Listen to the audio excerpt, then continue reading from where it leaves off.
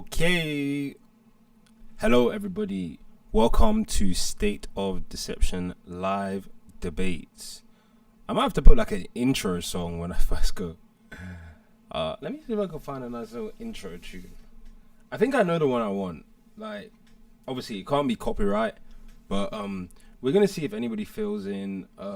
Obviously, we've just started out on YouTube, so it might be a bit tricky to get live viewers straight away. This is the intro music. Yeah. So we're gonna start the live debate soon. I know there's not people watching right now on YouTube. Yeah, this is gonna be my new intro song. Yup. Anyway, so the whole purpose of me being live anyway is so that I can do these video reactions. Once I do the video reactions, then we go into the TikTok live. So I don't know if people will join now, people will join later. The videos will be available live anyway. Afterwards anyway on YouTube as clips. I will clip up everything soon and then put it on YouTube. Let me just shut this door. It's bugging me. One sec.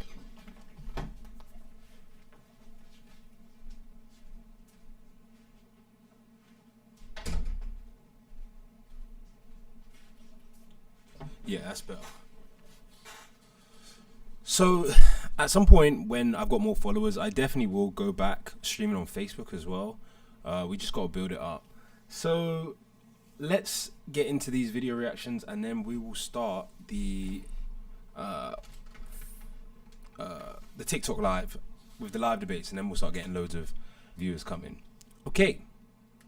Health Secretary Wes Streeting has warned that resident doctors, formerly known as junior doctors, would choke the NHS by going back on strike amid demands for a 29% pay rise. A new poll 29%, Jesus. has shown that there has been a shift in public support because almost half of those polled say they are now opposed to strike action, and just under 40% say that they would support it. This compares to more than half of the public who supported the doctors' strikes last year. So it's crazy how in the UK it's like they want to have socialism and capitalism at the same time, and it's like both have pitfalls, but you can't really have both. Like, and I know that people will say socialism is a form of capitalism, that as opposed to like communism or more extreme leftist ideologies and progressivism, but essentially socialism comes with its negatives. Like, when you have the NHS, a public healthcare system, there's loads of wastage, the competition's low, and it causes wage suppression. And the only way these guys can get their wages higher is by holding the public hostage and going, well, look over there at USA, look over there at Australia. And I know there are other socialized healthcare systems that pay more, but essentially the problem with the NHS is that it actually sucks. And that's why the wages are suppressed.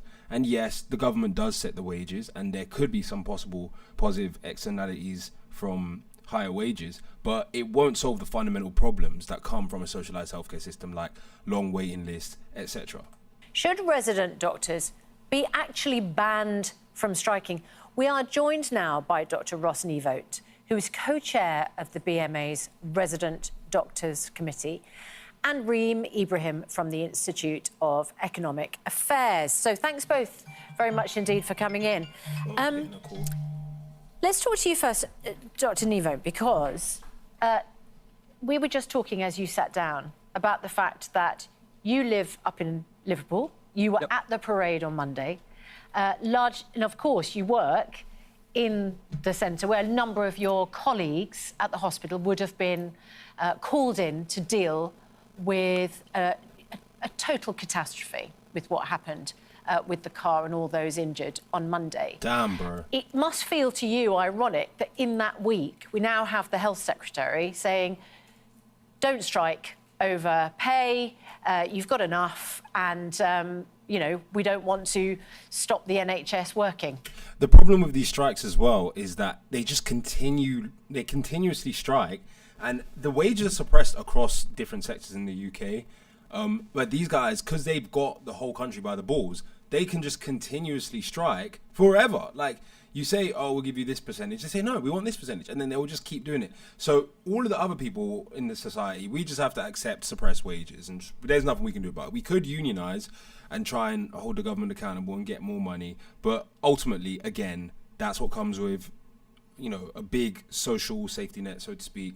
That's what comes with living somewhere like the UK, where they don't want to solve the fundamental problems and they just want to always kick the can. The wages get suppressed. So everybody else just has to deal with suppressed wages and, low lack of disposable income. But the doctors, oh no, they can just go, oh, we're going to hold the country by the balls. I would rather just have a private healthcare system so they can't hold the country by the balls, and we know that whatever they're getting paid is what they deserve. Yeah, I mean, it's very frustrating because doctors obviously put patients first. That's the reason why we became doctors, right? The healthcare of the nation is incredibly important to us. And when these major incidents happen, I was around the corner when they did. Doctors want to be involved. They want to help the patients that they came into the profession for. They just don't want to do it when, part of that is done for free. So at the moment, because of the amount of pay erosion doctors have faced in every given week, one of those days is now completely unpaid compared to 2008. And when in a scenario where the way he's framed that is crazy. Like, oh, because of the wage suppression, it's like we're working one day for free, therefore we're working for free. Like, no, you're not working for free. You're getting money. Why don't you just, go on maternity leave? Keep having babies, go on maternity leave, and then you can keep claiming money even when you're not working. That's what they all do anyway. Well, half of them. That's happening over a period of time. The best and the brightest, the ones with opportunities to go elsewhere, to go to Australia, Canada, America, where they're paid and treated better. It seems like a no-brainer that we're going to lose those good doctors. And then eventually, the NHS is going to continue crumbling.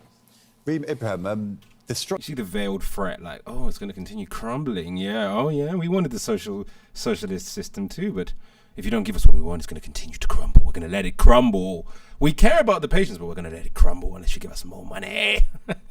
The striking thing to me in that poll is that 40% of people do support the doctors going on strike, even though it would mean cancelled operations, loads of disruption.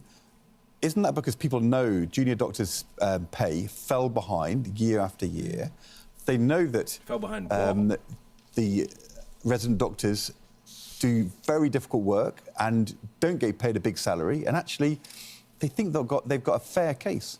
Well, yeah, but what is the outcome of their work? Like, I guess people say doctors save lives, and I'm sure some of them do, but like, realistically, I think we just need to overhaul and reform the whole system. Just put more tech in medicine. Would that cost money? Yes, but does the money need to go to the doctors? Not necessarily. The money should be invested. The system, I know, in the UK should get more money, but they should put it towards a tech revolution, not towards doctors, because doctors are a relic from the past. Like, we need a new system where there's more technology integrated. We need a system where there's less wastage. We need a system where, it needs to be more digitized. Then we need more accountability. They're paying out billions in negligence, paying out billions for medical negligence. So ultimately, the money can go into the NHS. It can go into the healthcare system, but I don't think going into the doctors' pockets is going to solve any of our problems. It's not going to solve the waiting list. It's not going to solve all of the investment, infrastructure, buildings, all of those kinds of repairs that need doing. Hello to my one viewer. Thank you for joining. We're just doing the video reactions right now, and then we're going to go onto the live debates on TikTok. So we'll have a lot more people participating in the live soon, but I'm still doing the video reaction. So yeah, let's continue. Do get paid a certainly large amount, and it's certainly untrue to say that... a large amount or a small amount? A large amount. I mean, I think it's certainly untrue to say that there is a particular day of the week that doctors are working unpaid. I mean, the BMA are using CPI, so they're using inflation in order to track what they think that they deserve to be paid, which has largely been discredited. So it's completely... Compared to 15 years ago, they get paid a lot less compared to other public and private sector workers? Yeah, because they don't offer what... I mean, it's an economy, so they need to be offering something that necessitates high pay. They can't say, "Oh, we want it because we're doctors and we're better than you and we deserve it." And in addition, it's funny how she kind of debunked what he was saying, and that's what I said about, yeah, it's just a misframing of the issue. And then the duplicitous scoundrel doctor just sits there like. That's absolutely true. So let's have a conversation about where public sector spending is actually going. This is the fundamental point here.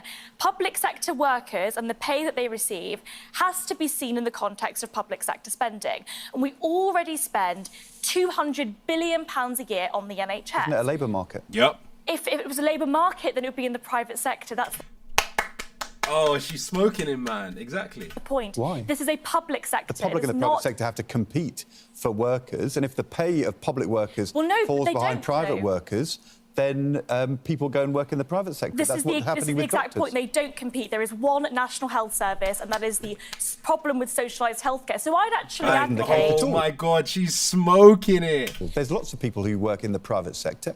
There are countries around the world... In the medical industry, the majority of medical professionals work for the NHS. The National Health Service, the socialised healthcare system. Look, tell me if I'm wrong. As I understand it, lots of doctors have been leaving the NHS to go work in other countries around the world because their pay has fallen behind. It's surprising to me to have somebody from the Institute of Economic Affairs who doesn't believe in markets. I absolutely believe in markets, but the NHS is not a market. It's a socialised healthcare system.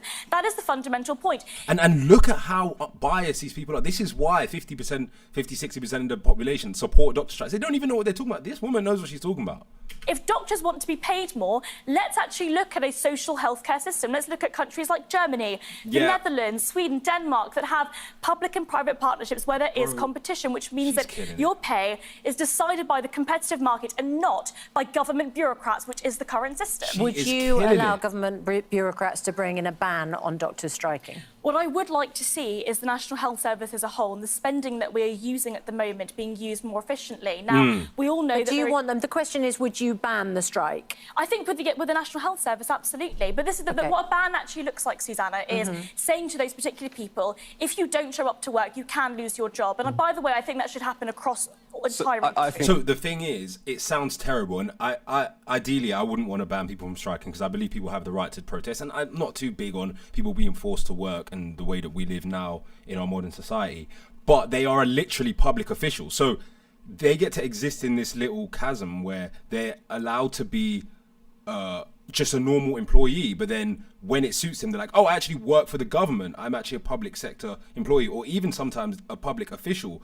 The senior management could be considered public official. So it's like you are actually working for the government because you're being 100% subsidized by the people. You work for us, you work for the government, but then you're allowed to take days off and hold everybody to ransom, but you actually work for us. So it's like, for example, if somebody works for me and then they're able to say, oh, I'm not going to work, but you still have to pay me. Well, it's like, well, you work for me, so I can kind of fire you. Like, yeah, you might have a grievance, but at the end of the day, you still work for me. They work for the people because they're funded by the people.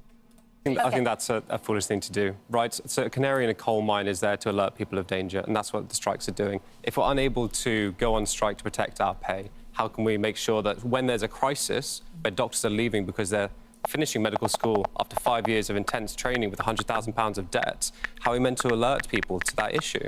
It's really important that we maintain the healthcare of this country. Let's put to one side the argument about whether we should have socialised healthcare at all. But if you're a patient who has had their operation delayed and delayed and delayed, and then you see that doctors might go on strike, and would be a 6-month strike. We already know that the last time you went on strike, 1.5 million appointments and operations were cancelled. Hello to my viewer. We are just doing the video reactions, and then we will get to the live debate shortly. Please say hello in the chat. Or delayed further. What do you say to those patients? Because Wes Streeting says it's going to have a really detrimental effect. We know that for a fact. We've got the evidence. So how do we all kind of work together to make sure that that doesn't happen this time if you vote for strike action? So, I mean, the only thing I can really say to patients is that I'm really, really sorry that the government has gone back on their promise of restoring our pay over time. Last year, we agreed to a deal that it would be the first step to pay restoration. A journey to fair pay is what Wes Streeting said. And unfortunately, he wasn't able to commit to the second step. Wait, what did she say? Is what Wes Streeting said. And unfortunately, he wasn't... You received a 22% pay rise and now you're striking again. And that's the crux of the issue with these people, is that it's never enough. They want to hold everyone to ransom and get what they want. And, you know, I understand everybody serves their self-interest, but they're so duplicitous, they're so fake that, look at him. I mean, let me just go back. I'm really sorry that the government has gone back on their promise. I'm really sorry that the government has gone back on their promise. Dude, you got a 22% pay rise. Restoring our pay over time. Last year, we agreed to a deal that it would be the first step to pay restoration. a journey to fair pay, is what Ray Streeting said. Pay and rise and now you're unfortunately, striking he again. wasn't able to commit to the second step. If you go on a journey and then stop at the first lay-by, that's not negotiation, that's a betrayal. So you think this is a breach of what was agreed? It is absolutely a breach. And what happens if we accept this line down? Then next year it's a sub-inflationary pay increase again. The erosion continues, and then we lose. Sub-inflationary pay increase. So why is your wage tracked against inflation? What about everyone else's wages? Are other people's wages increasing in line with inflation, or is everybody else just suffering and then you guys get to hold the country to ransom because you're public officials, because you're funded by the people? It's the best and the brightest, and eventually patients are the ones that suffer because they lose the best doctors of the country who have options to go elsewhere. Can you ask the exact same thing? And where does this continuously go? You've already received 22% pay increase. The question is, if the government now give in to these quite outrageous pay asks, where does that end? And we're going to see more strikes next year when you decide that the pay increase is not enough? Those numbers look outrageous because of the amount of pay erosion doctors faced has been outrageous. It far exceeds. CPI has been largely discredited. As you said yourself, it far exceeds other public sectors in terms of the erosion. It's nowhere near the private sector. So if we want to make sure the doctors stay in the system where they're valued in the NHS and not go to other places where they'll be paid more, I mean, the danger for you, which is where Streeting's warning, he's trying to sustain public trust in the National Health Service against people who say they want to have a privatised system. Isn't there a danger that you make his job harder? So I think his job is already very difficult, right? He's balancing a lot of things, and I don't envy him whatsoever. I think there are strong arguments for a privatised care system. I think the NHS, however, is much better because if you look at the Liverpool situation, for example, those patients that got hit by the car, they should be cared for free. Those people should have an understanding and that safety net that they'll be protected. In any European but the only way that we... Dude, that's so disingenuous to act like the people that got struck in that event would not have got their healthcare paid for. There's numerous mechanisms that in a private system that would allow them to have that. And more privatization doesn't mean a totally private system necessarily. It can still be paid for. And there's still, in mixed healthcare systems like in the USA, like in... Germany, there's still ways for the public sector to pay for things like that. And I believe that there should be a mixed healthcare system too. Nobody thinks that those people, and nobody in Europe, I suppose, thinks that those people should have to pay for their own healthcare. And in an event like that, there are, even in a private system, ways for their healthcare to get paid for. Obviously, legal action could be taken. Sometimes governments create funds for restitution. So, and it's like I say, they always make disingenuous arguments. You can make sure that the best doctors stay in the UK, in the NHS, which is one of the things that sets us apart from the rest of the world, is by paying them appropriately. Thank you both very much indeed. We've got a number of comments on this. An anonymous viewer has emailed in, I'm an endoscopy technician for the NHS. I remove polyps, I take biopsies, I clean scopes, I admit patients and help with their recovery. All I get is £12.60 an hour. I could work in a supermarket and earn much more. Gavin says, although many of the junior doctors earn a reasonable amount of money and significantly more than the minimum wage, they are under an incredible amount of stress and pressure. Our lives are literally in their hands. Yes, I would imagine very few of them could afford to even buy their own homes. And Glenn says the junior doctors do a fantastic job, but they need to wake up and smell the roses. They had a massive 22% pay rise, which they rightly deserve, but they have to realise they have to make some allowances for the state of the economy. And they need to gut the management system in the NHS. It's a bureaucracy. This is what always happens with socialised systems. Everybody goes and tries to suck at the government tea in a better position, and they don't necessarily have to provide anything in order to get the proverbial colostrum. So I think obviously, they did receive the pay rise. I think I'd rather see the nurses get a pay increase than the doctors, because at the end of the day, for me, it's what are we as the public getting in exchange for what you're providing? That's the whole point of a market. Let's give you the pay rise. Is this going to solve the problems? Because you work for the public. What does the public get from your pay rise? Are you saying that we're going to get better care? Meaning, are you not providing the care that we should be getting because you're not getting enough money? Or are you saying, I don't think it will improve retention, to be honest. Did the previous pay rise improve retention? Because I believe retention's been going down. So retention's going down. You're getting the pay rises. The quality is going down. It's just, oh, what's up, Prometheus? How you doing? Yeah, I'm just filming the video. Obviously, you know how it works, bro. We're gonna go live for the debates in a second. But yeah, the quality's going down. What are we getting in exchange for this pay rise? That's what I want to know. Just like us pensioners. Well, you've been voting on X, which is Twitter. Should doctors be banned from striking? And 68% of you say yes, they should.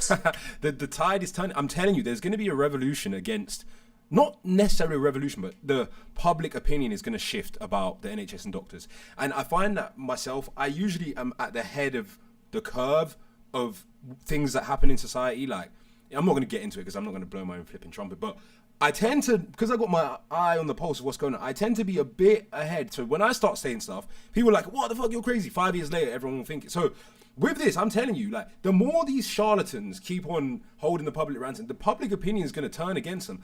We already had COVID and the public opinion started turning against them. And look at it, they always have the same face, the same. He made no good arguments. He got smoked by the lady. She made perfect sense. And at the end of the day, there's only so long that these people can outlive the tech revolution.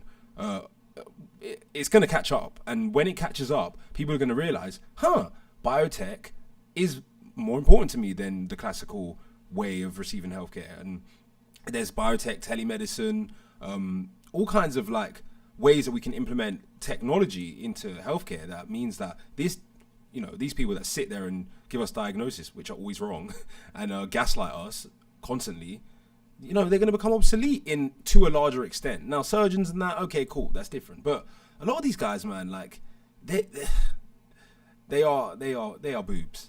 They're bums. But a third, no, and a lot of people getting in touch this morning to say it is still a right to strike and express your opinion through. Okay, what we got? The Labour government in Britain is. Oh, I already watched this video earlier, but I actually liked it, so let's do it. Is I think probably one of the most authoritarian governments I've seen in my lifetime. I mean, Tony Blair and Gordon Brown, their Labour governments also were notorious for having an authoritarian streak. But Keir Starmer brings a sort of a legal, bureaucratic, managerial aspect to it, whereby this government has presided over a pretty visible erosion of free speech and free expression. It's expanded these things that we have called non-crime hate incidents, which is if somebody perceives you to have said something hateful or hurtful to your protected characteristics, say your sex or your gender or your race, one of these non-crime hate incidents can be filed against you and made available to your employer should you go for a job in the future. And about 250,000 people have had one of these logged against them in recent years. I'm not going to pretend that 250,000 people had their employers contacted as a result of a non-crime hate incident, but it just goes to show where the government resources, the police resources are actually going, if they're literally documenting these incidents when they could actually be solving crime. And that's kind of a cliche thing to say, but it is literally that simple. Like, you're going around policing something that people don't even care for you to police. I mean, some people maybe do, and then you're wasting government resources, and then we wonder why there's a massive backlog in the courts as well. And it's because people are being brought to court over really ridiculous things, and obviously because of COVID. But like, I just don't understand why these people have the priorities that they do. I know that a lot of people in the UK want speech policed, but we can do it in a different way, because we just look like mugs on the world stage when it comes to free speech, and people pretend that we have free speech, but we really don't, which is what the guy is obviously saying. Had people like Lucy Connolly, a young mother and wife of her husband who's very unwell. She was thrown into prison for nearly 3 years under this Labour government for what she put on Twitter in the aftermath of Southport. She wrote something that was, very spicy. Immigration isn't working. If that makes me a racist, makes me a racist. Wow, that's crazy. So I know obviously about the Lucy Connolly case, but I've just looked it up, and it said that on the 20th May, Lucy's appeal was actually denied. Wow. So the Court of Appeal has refused to reduce Lucy Connolly's 31-month prison sentence, which she received, in case anyone doesn't know, for a single tweet posted just hours after 3 young girls were emmed in Southport. So her tweet, obviously, for those who don't know, was set fire to the buildings containing all of them for all I care, which, as I always state in English, means I don't care if you set fire to it, which is not an incitement, and there was no connection between her actions and anybody else's criminality, and she deleted the tweet. So, she's appealed her sentence. Her barrister argued that Lucy pleaded guilty to a level of culpability she should not have done because she wasn't properly advised by her solicitor. A weak argument, but definitely an argument that has stood before and could stand in terms of insufficient counsel. I think if I were her counsel, I would have advised her to plead not guilty. I don't know what counsel she got, and if she just bowed to public pressure. Definitely, it wasn't a fair trial in terms of how the public was prejudiced. I don't know if we could prove that the jury was prejudiced, but I don't think a jury was needed, right? Because she pled guilty. So, the whole handling of the case, I think it warrants exoneration. But the problem that we have is the crazy laws on the books in the UK. So let's see what Matt Goodwin is cracking on about. 4 hours later, she deleted it, thought better of the tweet, and she was put in prison for nearly 3 years, and she was denied access to see her family, whereas we've had Labour politicians who have physically assaulted their own constituents. We've had one Labour MP who was suspended from Parliament because he was filmed beating up one of his constituents at 2:00 in the morning, and he didn't go to prison. So there's been this perception of a two-tier society, whereby if you are challenging the left's sacred values, you're much more likely to be dealt with this authoritarian response than if you're, say, a member of a minority group or member of the Labour Party. We've also, John, just lastly... One thing about that is I don't know if members of minority groups aren't getting penalised in the same way. I think we're all just getting, absolutely shafted by this system. I've never known anyone who's part of a minority group that hasn't been held accountable for a speech offence just because of the colour of their skin. Let's get rid of this chat box because it's not working. So, I get it that, let's just call them English nationalists, which isn't necessarily a slur at all, trust me, I'm not like that. But I know that these guys kind of want people to believe that, if you're white, we're the only ones getting policed for speech. But everyone's getting policed for their speech, I've been arrested for a speech offence. It's crazy. So, it's disingenuous to pretend that it's only a racial issue. It's an issue of the laws that exist in the UK. Hang on a minute, what have I just done to my little... I'm just sorting this out. Let's just go back. That's better. We've seen the introduction of this new definition of Islamophobia, which will inevitably be used to try and control public debate over Islam and associated issues. And we've seen a very robust and quite chilling response to things like the Southport atrocities, where Keir Starmer has basically said, if you question migration and borders, you are far right, you are essentially beyond the pale. So that now, just to play devil's advocate, technically he didn't say that. He called the people that were demonstrating far right. Now, what's he implying? We know what he's implying because that's his political ideology, and it has been typically his political ideology. I know the left wing people think that he's somehow right wing, which is crazy, but he's not far left. He's not, but some would consider him a leftist. I would consider him a leftist, or at least a left wing. And I think it's obvious what he's implying, what Starmer's implying when he's using this terminology. And I didn't like the fact that he used the terminology. But technically speaking, the people he was calling far right were the people that were demonstrating, and there was civil disturbance. And this is what the government does. It exists to protect itself and to keep order. So what do you expect any state to do when people engage in civil unrest? They're going to come in, they're going to do the same thing. The main issue I have is what the people are getting arrested for. Arrested for speech offences, arrested for their opinions. Now, obviously, they're going to get arrested if they're, engaging in chaos and causing, and involved in a riot. But at the end of the day, it's the speech offences I have an issue with. So the rhetoric, the speech offences, but let's be honest, it's not necessarily a racial thing. It's just, it's racial in the sense of the public, the establishment opinion is that you shouldn't be able to criticize people based on race. But that is more of a symptom of the overall problem, which is that they don't want you to criticize whatever the establishment opinion is. It's not just about race. And it's also not just him saying that people who disagree with race are far right. It's more just painting a brush over the issues that the public, the anti-establishment sentiment that the public are expressing in general. Language of this government is very Orwellian. And I think that it's another indication of where Britain is moving away from the things that used to be really the foundations of our society. I was always very influenced by Roger Scruton and the way that he talked about our common law tradition, our long tradition of individual liberty, of political continuity, of freedom in all of its forms. And yet today, many people outside of the UK looking in cannot make sense as to why people are being put in prison for something they've written on social media in their own home, why the state is overreaching to such a degree, and why politicians are trying so visibly, so hard to control what can be said and what cannot be said in the home of Magna Carta and free speech. And I don't think it's the home of free speech.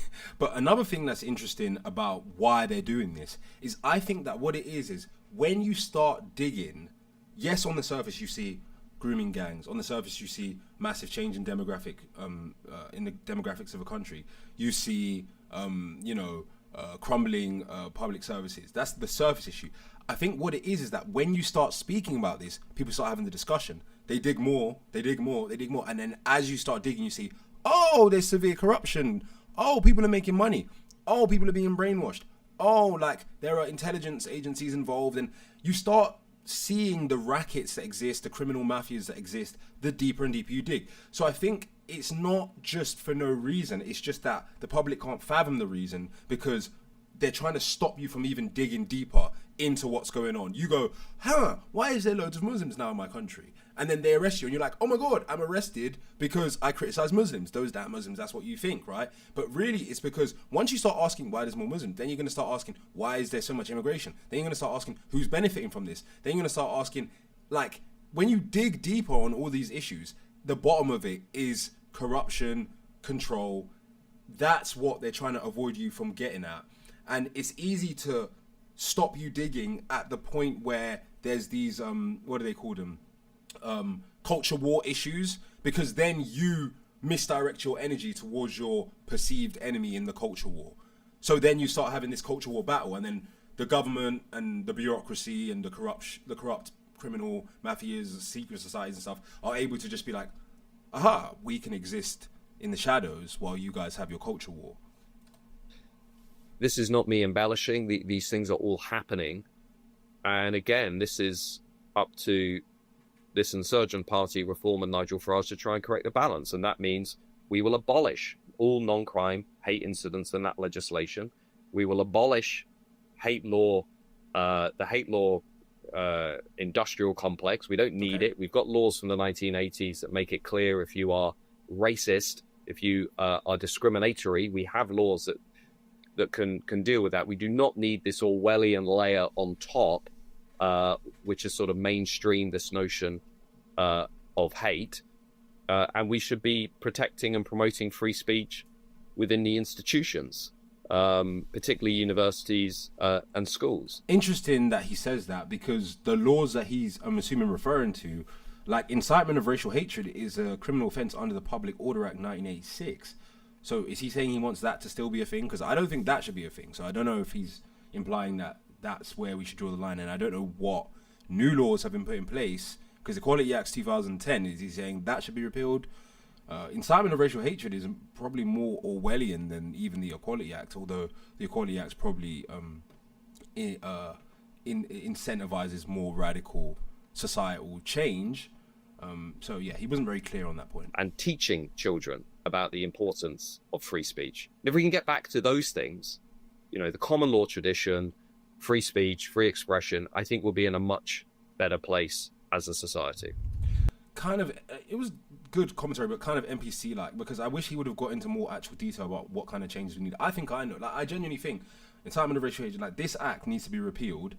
There's a lot of... I think even the Equality Act, I would be for repealing the Equality Act. And I know that that's very controversial to say in the UK, but...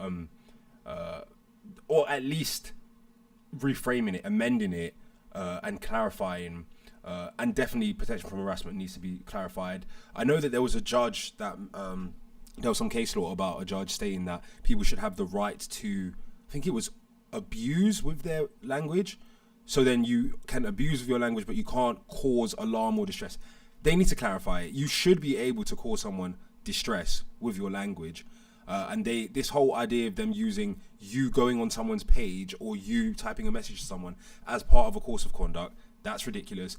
I even think, to be more specific, that they should have to substantiate the harm that they've suffered through some kind of psychological diagnosis. Like, if you're going to say that I've caused you harm that warrants me going to prison, that harm needs to be well substantiated, or something that a reasonable person would consider it would cause a significant disruption to someone's life, not just alarm or distress at you having a different opinion. And the courts can clarify this. So those are some more specific changes, I think, as opposed to just saying, oh, let's go back to the 80s. Well, the act comes from 86. So, you know, this has been a problem in the UK. It's not just Starmer's government. It's been a problem. It will continue to be a problem. And it's not because Starmer came in that, oh my God, people are getting arrested for hate speech. It's already been happening. You just weren't paying attention. And now it's moved on to the internet so everyone can see it. Okay. Starting with this Times story, Wes Streeting. Okay, we kind of addressed this one, so maybe I'll go on to this on a different video, but this is what I really want to talk about. In other major news today, UK prosecutors have confirmed for the first time that they have authorised charges of rape and human trafficking against Andrew Tate and his brother Tristan. Between the two of them... By the way, absolutely insane. Now, I'm not going to lie, I haven't gone into the details of the case, but these guys are clearly being persecuted by the establishment. They are accused of 21 offences, and we learnt from the CPS today that the charges were levelled against them last year as a result of arrest warrants executed by Bedfordshire Police. They're trying to get broke The out Tate of brothers, here, with millions of social media followers for their brand of toxic masculinity, are of course in Romania, facing an array of charges there that they deny. They are also dual UK-US citizens, and senior figures within the Trump administration helped them to fly to Florida in February, where they spent about a month before voluntarily returning to Romania. Joining me now live on the programme is James Bloodworth, a journalist and the author of Lost Boys, a personal journey through the manosphere. Mr. By the way, personal brand of toxic masculinity. I would like them to elaborate on that. Hopefully this guy will elaborate, because, okay, he has a personal brand of toxic masculinity. Does that mean he's a rapist? Like, because this to me is clear that people are... he's pissed off the wrong guy. They've got an agenda they're pushing, and they don't like the fact that these guys go against that agenda. Every time that happens, all of a sudden the guy's a rapist. Mr. Bloodworth, thanks very much for being on the programme tonight. We obviously are not going to dwell on the specifics of the case that is being built against Tristan and Andrew Tate here in the UK. But I am interested to understand where the trajectory of this goes. They're facing charges in Romania. They're now facing charges in the UK. Is the UK going to have to wait for the Romanian process to finish before it stands any chance of them coming back to the UK to face trial here? Good evening, and thank you for having me on. Yes, so what you've said is correct. The process will have to play out in Romania first before they then presumably they're extradited to the UK. Yeah, it says here, the two British Americans are under investigation in Romania, facing a number of charges which they deny, and the CPS said that the domestic criminal matters in Romania must be settled first. What are the charges? That's what I want to get for you guys. 11 charges connected to one alleged victim, including rape, actual bodily harm, and human trafficking. So yeah, if he gets convicted, sayonara, he's out of it. Let's see. So we've got 11 charges for one victim, but who are the other charges against? Or who are the other charges in relation to? Are we going to see? I don't know if any of the major newspapers have actually detailed the charges. Actual bodily harm, human trafficking. Oh, controlling prostitution for gain, relating to 3 women. Okay, is it the same women from the Romania case? Because obviously I'm assuming he took them to Romania. Let's just listen a bit more and then I'll give more of my takes. To face the charges here. So we don't know how long the thing in Romania has been going on for several years now. It seems likely it will conclude this year. It seems likely there will be the trial this year.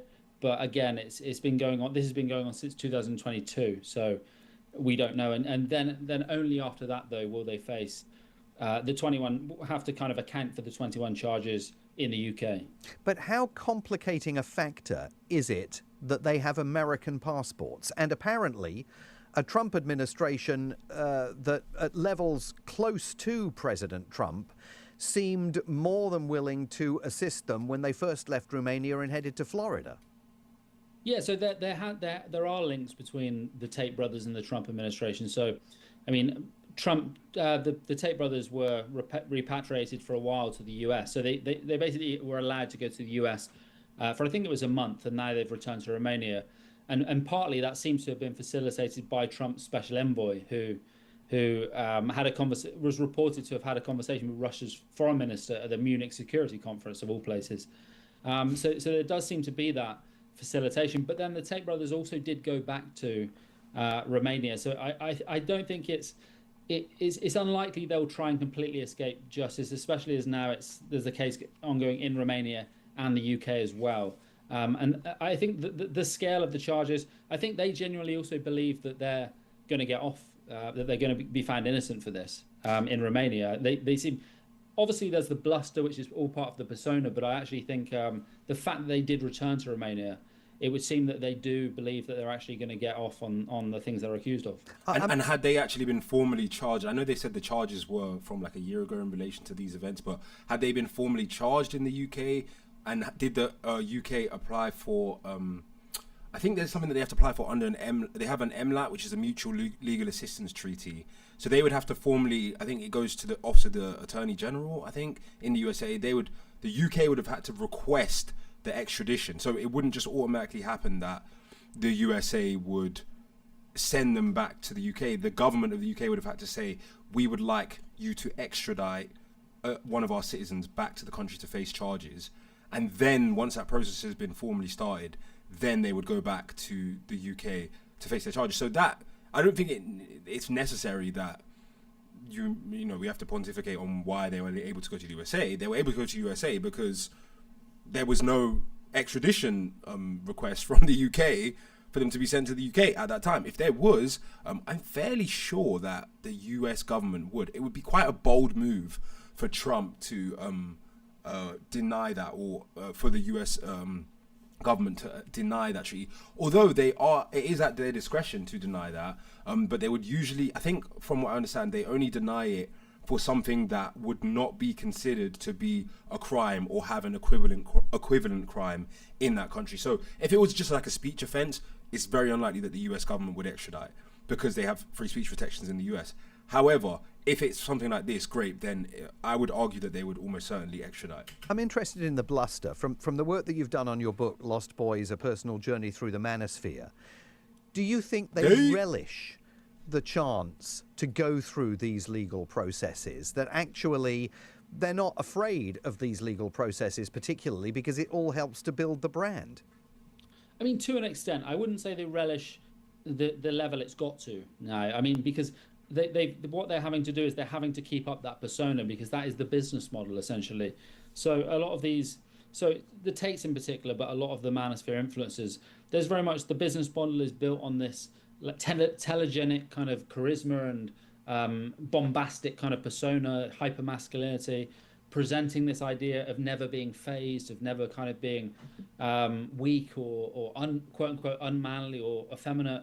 And the way they perform in front of the cameras kind of they have to play up to that essentially. Yeah, but that's kind of counterintuitive because being charged with grape doesn't help that persona. So it's not like this is exactly helping them. I get what he's saying. It may be helping them to appear more unfazed when things do happen. But if the thing didn't happen, they wouldn't have to appear unfazed. So it's not helping them that they're being charged with grape. And there's no association between masculinity or hypermasculinity and grape or human trafficking. Nobody thinks that. So, yeah. But you do kind of see, especially Tristan, you do kind of see sometimes when they don't think the cameras are rolling, or after a press conference, you do sometimes see Tristan especially looking, what I would say was gaunt, and the way I would describe it as gaunt and worried.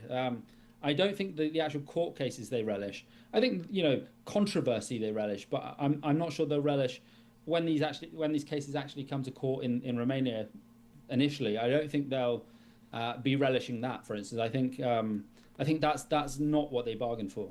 Nobody relishes being falsely accused by the state. It's one of the most traumatic things you can go through, because it feels like the entire world turns against you. And I'm sure they're suffering in silence. And I feel bad for them, because I think a lot of people think just because someone's rich, just because someone's in the public eye, just because someone appears masculine, they don't have feelings. But the problem is that they realize that nobody's going to care about their feelings. It's the same with guys like Diddy and Harvey Weinstein and who's the other guy? R. Kelly. Yeah, all of these guys have done fucked up shit, but that doesn't mean that they're guilty, and they're clearly being falsely accused, and it's not nice when people are falsely accused. And when you get into the detail of most of these cases, they're being targeted because of their wealth, because of their status, and to be quite honest, because they are wealthy, powerful men. And can I ask you just briefly one more question about their time in the United States? It seemed to me that there was a tension between whatever had happened at senior levels in Washington, D.C. and within the Trump administration to help them get to Florida, and then the governor of Florida, Ron DeSantis, who looked at this situation and said, I don't want them in the Sunshine State. There's definitely tension within Republican circles about them. Yes, there is. And funny, there is in the manosphere as well. So you also have kind of more conservative commentators, Jordan Peterson, for example, who they may not object to some of the things that the Tates say, but they really find this, their model of conservatism is really opposed to this kind of what they see as the sleaziness of people like the Tates and this worship of kind of money. And traditional conservatism, as embodied maybe by someone like Ron DeSantis, someone who I vehemently disagree with about a whole bunch of things, someone like that is still kind of repulsed at the kind of sleaziness of this kind of lifestyle the Tates present and stuff. It is kind of anathema to someone like that. I find that's a good point, because the American conservatism is very different from whatever would be considered the new right, or the classical American conservatism anyway. And I don't know if DeSantis necessarily embodies that, but on most issues he would somewhat embody that. He's a Zionist. He is, he believes in the free market. I don't know if he's a Christian, but he definitely is not against that. So someone like Tate, that's the issue I have with him. He's extremely materialist. But I do like the fact that he speaks his mind. I do like the fact that he's highly intelligent. I don't really see anything he's done wrong. Yes, he says things about women, and sometimes women deserve to have things said about them, to be honest. It's just crazy that you can't really say anything about women anymore without being somehow some evil genie, like evil, what do they call it? Like, I don't know, what are they even charging a human trafficker? He's now an evil human trafficker because he said distasteful things about women. Great, okay. We all want to live in that world, right? I find that very interesting. And that split goes right through, I think, the Trump administration. You do have these traditional conservatives, even evangelicals are part of that coalition. That's kind of what I was looking for, the word. He's like I don't know, is he an evangelical Christian? But that would be like his base, and that's like worlds away from what the Tates represent, because they're quite puritanical in a way. But then you also have people who seem to worship money and crypto and want to present these, like the Tates, present this very ostentatious, quite sleazy kind of lifestyle. It's fascinating. James Bloodworth, thank you so much for being on the programme tonight. So that guy was a little bit extraordinary development. He was a little bit of, I don't know, he's not my kind of guy, but I think it was a good commentary from him. And then finally, this is the last video before we start the live debates, guys. Yay, we're going to start the live debates. Thank you for my 2 viewers. We've had 9 viewers so far. We're building the platform. We're building. So, thank you guys, for sticking with us. We're going to start the live debates. When we start the live debates, then we're going to get loads more views, and people are going to see that I'm not a YouTube bum, and I can get some views and go in on TikTok at least. So this final story, US Trade Court blocks Donald Trump from imposing sweeping global tariffs. I don't know what my opinions about this will be. I'll do them on the fly. This is an extraordinary development. It came late in the evening here in Washington. In Europe and across Asia, they will be waking up and scratching their heads, I think, and wondering what this means, because on the face of it, it means that everything, all those tariffs, remember Liberation Day, remember all the tariffs, the reciprocal tariffs that Trump put in place, all of that's gone, apparently, with the swipe of a judicial pen, or 3 judges in an obscure court in New York who have been looking at fucking New York again. Jesus Christ, man. The case regarding Trump's tariffs have concluded that it is unconstitutional, that he did not have the power as president to put in place such sweeping tariffs, that it is in fact Congress who has that power. What Trump tried to do was exert a power from the 1970s, the International Emergency Economies Power Act of 1977. That, he thought, enabled him to be able to put in place these sweeping tariffs. This court has ruled that he did not have that authority. In fact, they have released, as part of their judgment, they've said the president's assertion of tariff-making authority in the instant case, unbounded as it is by any limitation in duration or scope, exceeds any tariff authority delegated to the president. The worldwide and retaliatory tariffs are thus delegated. Delegated to the president under what? Let's see what they're saying that the tariff powers are delegated to the president under. It says IEEPA. International. Oh, okay. Under this act, so they're saying that this act doesn't give the president power to make tariffs in the instant case, unbounded by limitation or duration or scope. I think I've interpreted that correctly. So let's see what the actual act says. International Emergency Economic Powers Act is a United States federal law authorizing the president to regulate international commerce after declaring a national emergency in response to any unusual and extraordinary threat to the United States, which has its source in whole or substantial part outside the United States. Okay, so the president can declare the existence of an unusual or extraordinary threat to the national security, foreign policy, or economy of the United States. It authorizes the president to block transactions, freeze assets to deal with the threat, and requires the president to report to Congress every 6 months on the circumstances, threats, and actions taken. The president can also, in the event of an attack, the president can also confiscate property connected with a country, group, or person that aided in the attack. So, yeah, it does appear that this doesn't... I don't see how he's interpreted that this gave him the power to do tariffs. So I don't see why he shouldn't necessarily be able to do tariffs, but why is he called upon this act to do it? So, I mean, it's going to have to play out in court. I can't give a strong opinion on something that, I'm not a legal scholar in the United States, am I? And that, but it's interesting because, it doesn't, let's see Trump administration, what it's got written. President Trump used the IEEPA extensively, sanctioning more than 3,700 entities and invoking 11 national emergency declarations, relying primarily or exclusively on IEEPA authority. Trump also used and threatened use of its powers in unconventional and unprecedented manners, including executive actions utilizing powers under the act. The White House announced that Trump would use it to introduce tariffs on imports from Mexico. So I guess if he can say that an entity poses a national emergency threat, why and potentially, I mean, what does it say they can do? So he can say that they declare an emergency, and so he can, what can he do under the act?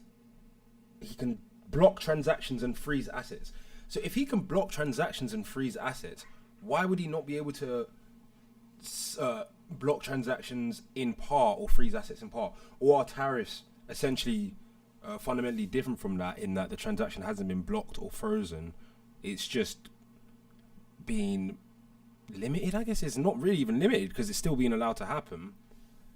So yeah, maybe he can't do that because it says he can block or freeze it, and he has to report to Congress about it. So I don't know. Let's see. This is going to be interesting to watch how it plays out. To the president, the worldwide and retaliatory tariffs are thus ultra vires and contrary to the law. That is their view. The Trump administration will appeal. There is no doubt about that. Yeah. But this is a massive, massive blow to the central economic policy of Donald Trump's second term. The whole tariff plan sort of encapsulates everything about Donald Trump in terms of economics. He has used it as a negotiating tool. He has used tariffs as a revenue generator. And yet, 3 judges in New York are undermining all that. It's a huge move. The White House, as you can imagine, has reacted very, very, very unamused by this. They say it is not for unelected judges to decide how to properly address a national emergency. Okay. President Trump pledged to put America first, and the administration is committed to using every lever of executive power to address the crisis and restore American greatness. So look, we'll see where this goes from here, Will. Yep. But I think confusion reigns right now because in real time, as we speak, levies, tariffs are being imposed on goods coming into America. Will that stop over the course of the next few hours? It's just not clear.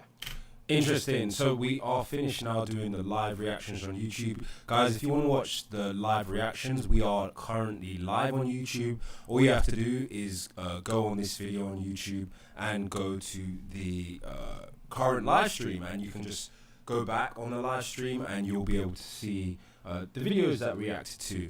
So now we are starting the TikTok live debates. Hello everybody. Hello Andrew, AY, Liam S. Thank you for joining the live. We're going to get some debates. As you guys can see, there's a lot of topics available to debate. Usually we do USA vs UK. So to everyone joining, tap the screen to like the live and share the live as well. I can hear myself a little bit of an echo. Test. Hello. Yeah, I think it's, yeah. I can hear myself, but it's cool. YNGTOGEESP. What's up? Tom Dog. Hello, everybody. Thank you for joining the live. And we want to get debaters up because I don't think any of you can smoke me in a debate, man. Patrick O'Sullivan's requested, let's get one debater up. And in the meantime, we want you guys to tap screen to like the live. So YNG, you said I'm bored with life. Okay, we're trying to build a platform here. Keep up the tomfoolery and I'll just kick you off. What's up, Patrick? What you saying, my brother? You good? Yeah, I'm good, man. Good, man. So basically, yeah, I slightly agree with you on like maybe two things, which is like the NHS is run by criminals because I work for the NHS. Yeah. And free speech is dead in the UK. Those are the 2 things I do agree with you on. Yeah. The rest of them, I mean, free. So the Tommy Robinson thing as well, because right. I won't lie to you, as much as he is like a menace to society, in my opinion. All right. He has been targeted a little bit, and I hear it, but at the same time, there are like differences that obviously like weigh out that side. So the ones that you disagree with, just so that we are clear, are Free Lucy Letby, USA is better than the UK, and abortion is murder. Those are the ones you disagree with. Yeah, but abortion to a certain extent. So let's say like, cool. Hold on. I wanted to actually address sorry to interrupt you, the NHS point. So you said you work for the NHS and you think that they are run by criminals. Could you explain more? Yes, so I can't tell you what trust I work at, but I work for a major trauma centre in London. Yeah. Purely because if someone is watching from that trauma centre, I will lose my job. Like, yeah. But I will genuinely say that yes, money just goes down the pot. It goes into shareholders' monies, like into their pockets, and I think I wouldn't say privatize the NHS, but I would definitely say removing NHS England was a great move, if I'm being honest. Okay. Why do you think that? If we look over the past, if we look over the past 14 years, yeah, like, it's just been an absolute mess. Like, it's been able to, like, NHS England's been able to basically, like, take all the money and basically, like, distribute that across shareholders. But now that's, like, it's less able to now, if that makes sense. So do you think that NHS England represented a kind of you think they were basically siphoning money out of the system unnecessarily through shareholders? Basically, yeah. Could you maybe break down a bit more, like, the mechanism of how you think that was happening? I don't want to get too into that, if I'm being completely honest, and that's only because, so, like, my name on my TikTok is my actual name, So are you saying that you actually have insider information that confirms? Not insider information, but, like, I work with a lot of people who are quite high up, so I don't particularly want to spread information that I know already online. Do you know what I mean? If something is happening that you think is unjust, why are you not whistleblowing? Is it because you're protecting, the interests of yourself and your family? Yes. And what should the public think about people who work for the NHS that know that corruption's going on? And I'm not criticizing you. I'm just playing, just for the show. But what should the public think if, you're saying that people work for the NHS, they know that there's criminality going on and they don't do anything about it? Should we not have trust in the NHS? We should, because number one, NHS is built on the backbone of frontline work and also public service, but at the same time, it's been overthrown from the inside in terms of, like you say, criminality. Like I said, I've seen that firsthand, but I can't go into more detail. I can go into detail with a private chat with you. Yeah, we should do a private chat for sure. But publicly, I can't talk about that. Okay, so you're happy to speak to me about it, and then you're happy for me to share the information, but not is that fair to say? Yeah, but if you, obviously, like, if we have that private chat, I'll be happy to chat with you, but yeah, moving that forward would be a bit crazy. Okay, because I'm of the same opinion that the reason why the NHS is how it is because it's been infested with criminals. It's been infiltrated by criminal mafias, criminal organizations, because they see how much money they're able to get from the public purse, and that the public are naive and will let them get away with whatever they want. And so they're like, it's ripe for the picking, you know what I mean? Ripe for the gutting. Yeah. Okay. Let's move on, because I don't want to keep talking about this, to be honest. Okay. Go on. So what did you want to debate on, apart from the topics, obviously, that I don't want to talk about? So you brought up another topic. I think you were about to say something before I interrupted you about... Yes, abortion. So for me, right, so if, like, I get, once you get past the embryo stage of abortion, embryo stage of pregnancy, then abortion shouldn't be allowed, in my opinion. But before that, you are literally just a cell. Is there anything unique about that cell? No, because it's just exchanging DNA. Okay. Do you think it's a human life? No, because it's just exchanging DNA. Why is it not? What is it alive? No. So it's a cell, but it's not alive. It's a cell. It's a cell. Right, that's fine, but is it an alive cell? Is it conscious? No, I'm saying, is it alive? No, because it's not conscious. So only something that's conscious is alive? Technically, yes. Okay, is a plant alive? It's up for debate. You don't think plants are alive? Depends on how far they've grown. So if they're a seed, are they alive? Well, no, but a seed is not the parallel to a what's it called, a zygote, right, or an embryo. You said before an embryo, so a zygote, right? Yeah. So like let's say, okay, you get a seed. Is that alive? That's the same way of saying is you have sex with some woman and you impregnate that woman, and within that time period that becomes an embryo. That's the first sign of pregnancy. So is that alive? Wait, you said, or is that just a seed? Or is that just a seed? That's what I'm trying to. That's my argument. Is it a seed? It's going to grow. Once it breaches that point and it starts to grow, it starts to expand into more than like 2 cells. But if a seed is left alone, it won't turn into a plant. Yes, but what I'm saying is, so when you get to the point of, so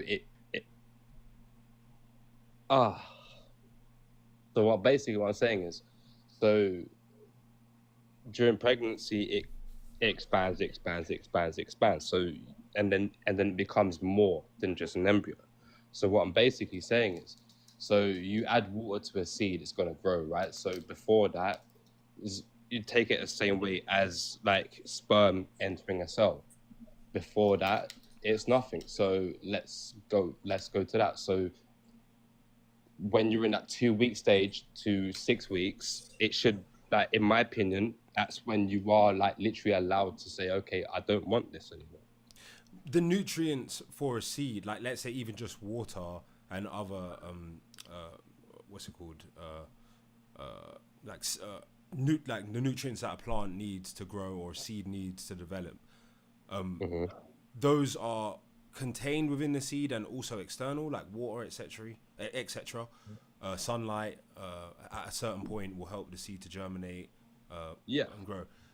The nutrients for the zygote come from the mother's womb, right? Correct, yeah. Will come from the mother, let's say. So so the nutrients that are being provided to that zygote is what help it grow and be alive. But without those nutrients, it wouldn't grow or be alive. So if you're going to draw the parallel to a seed, then technically a seed that is receiving the necessary nutrients for life is alive, in the same way that a zygote receiving the necessary nutrients for life is alive. So I ask you again, is a seed that is now receiving the nutrients that it requires, is that alive? A seed that is growing and receiving the nutrients that it needs, is that alive? Okay, based on that theory, yes. Okay, so, and if there's a seed, do we know what species the seed belongs to? Like, you would say it's a sunflower seed, right? Or we wouldn't. Or a dandelion seed. Further analysis, we wouldn't know without further analysis. So you're saying you can't... If we're just taking it at face value, then no, we wouldn't know, but without further analysis. So you're saying that we can't tell what species a seed belongs to? I didn't say that. So we can. So we do know... I didn't say that. I'm just saying without further analysis. But we do know what species a seed belongs to, right? Yo, technically, yes. Yes. So... And we do know what species a zygote belongs to, right? Well, obviously, yes. So it is human, right? That would be the species. I mean, technically, yes. So yeah. And it is alive if it's receiving nutrients from its mother, right? Like you just said. Again, if we're talking science and we're talking about consciousness at the same time, like let's just say put this in for example, do you remember being born? No. Exactly. But you were alive, right? Yeah. So if you was to die, would you remember that? I don't know. I haven't died yet. Exactly. So that's what I'm saying. Like, is it morally wrong, or is it like ethically wrong? Like what? Well, I'm not even talking about whether it's right or wrong. I'm just trying to establish that, first of all, that it is a human life. We've established that it's human. I mean, you've agreed that you can tell that it's from the human species, so it is human. Of course. And then whether or not it's alive, I think it's alive because it satisfies the conditions necessary for life. And even according to your logic, it is alive because it's... Technically, yes. I won't disagree with you there, but I want to know what's the moral and ethical code behind it, though. That's the that's the bigger picture I want to see behind it. Because if we're going to talk about that, then let's also talk about, like, let's forget about, so we're talking about abortion here and like, is it murder? But at the same time, like, I can't compare it to that, so forget that. Yeah, I mean, forget that. So, yeah, go on. The thing is, we've already established through rhetoric that it's a human life. So technically, if so it's like, a human life, what is the? Okay, that. that's fine. But if it's a human life, are you saying that the difference between whether or not someone should be allowed to be killed or not is if they're conscious? Because you're probably going to argue that a zygote is not conscious, but a 25-week-old baby is conscious and therefore shouldn't be killed, because that's when abortion becomes illegal. So yes, technically yes. So I agree with that, if I'm completely honest, because if, say for example, right, let's say for example, a woman gets raped and let's say for one, they say, okay, I'm going to keep this baby, but then they change their mind last minute. Yeah. Like, would that, so technically in your eyes, that would be murder, but morally, no. Like, they've been raped, in my opinion. Do you know what I mean? Does that make sense? That makes sense. And I don't think that it's the same as killing a fully grown person, but I do still think that it's murder. And the reason I don't think it's the same as killing a fully grown person is because there's an element of duress, and the law makes a distinction between when a killing is done or even a murder is done and there's significant duress, and it makes that distinction through lesser sentencing, or even not charging someone for certain instances if it's a killing. But the law recognizes that sometimes when a killing is done, it's done under the circumstances of duress, right? So I don't think that you could say having an abortion is as bad as killing a child that is born or killing an older person, but that isn't putting you under duress. But the woman is under duress physically and emotionally. So I don't think that it's as morally, so to speak, bad, but it is still murder, and it still shouldn't be done, in my opinion, or should be avoided at all costs, to the extent that I think that people should have to apply for a court order, an emergency court order, if they want to kill their own child, and they have to present an argument that is reasonable and isn't just, I don't feel like it, or I don't have money. Fair enough. Yeah. So I would also put this forward, right? So if we look at today's logic, so if we look at what's happening right now in Georgia with that lady, I forgot her name, but it's prominent everywhere that I walk across my hospital. Okay. Yeah, I mean, I would need her name kind of to know, right? Jesus, basically she's being used as an incubator. She's brain dead. I don't know her name, but I keep hearing it. And she's brain dead. She's technically still alive. Brain dead woman's pregnancy raises questions. Hold on, got it here. Brain dead woman's pregnancy raises questions about Georgia's abortion law. Adriana Smith, a 30-year-old nurse and mother, was about 9 weeks pregnant. Doctors declared her brain dead after she suffered a medical emergency. But Smith's mother told Atlanta TV station that doctors at Emory University Hospital have been keeping her organs functioning since then until the fetus can be delivered, citing Georgia's law banning most abortions after fetal cardiac activity. So she's roughly 22 weeks and has been on life support. My grandson may be blind, may not be able to walk. We don't know if he'll live once she has him. And I'm not saying we would have to choose to terminate a pregnancy. What I'm saying is we should have had a chance. So she's brain dead. Do you know if she has any chance of coming back to, like, because sometimes people who are brain dead have come back around, right? Technically, but no, this lady's finished. Like, if I'm gonna be, don't mean to be rude here. I want to be extremely respectful. Yeah. There's no chance of her coming back at all. Okay, so do you not think she would want her baby to survive, or? Of course, but at the same time, is it so with the child having no chance? Like, literally, like, there's like probably about 3 to 5% chance of having a normal life. Why? Like, why is it? Read the article again, please. No, Read the but article why are you again. saying there's a 3 Read to it 5% again. Please read chance it of? again. Like, Why is there such a low chance of them having a normal life? please.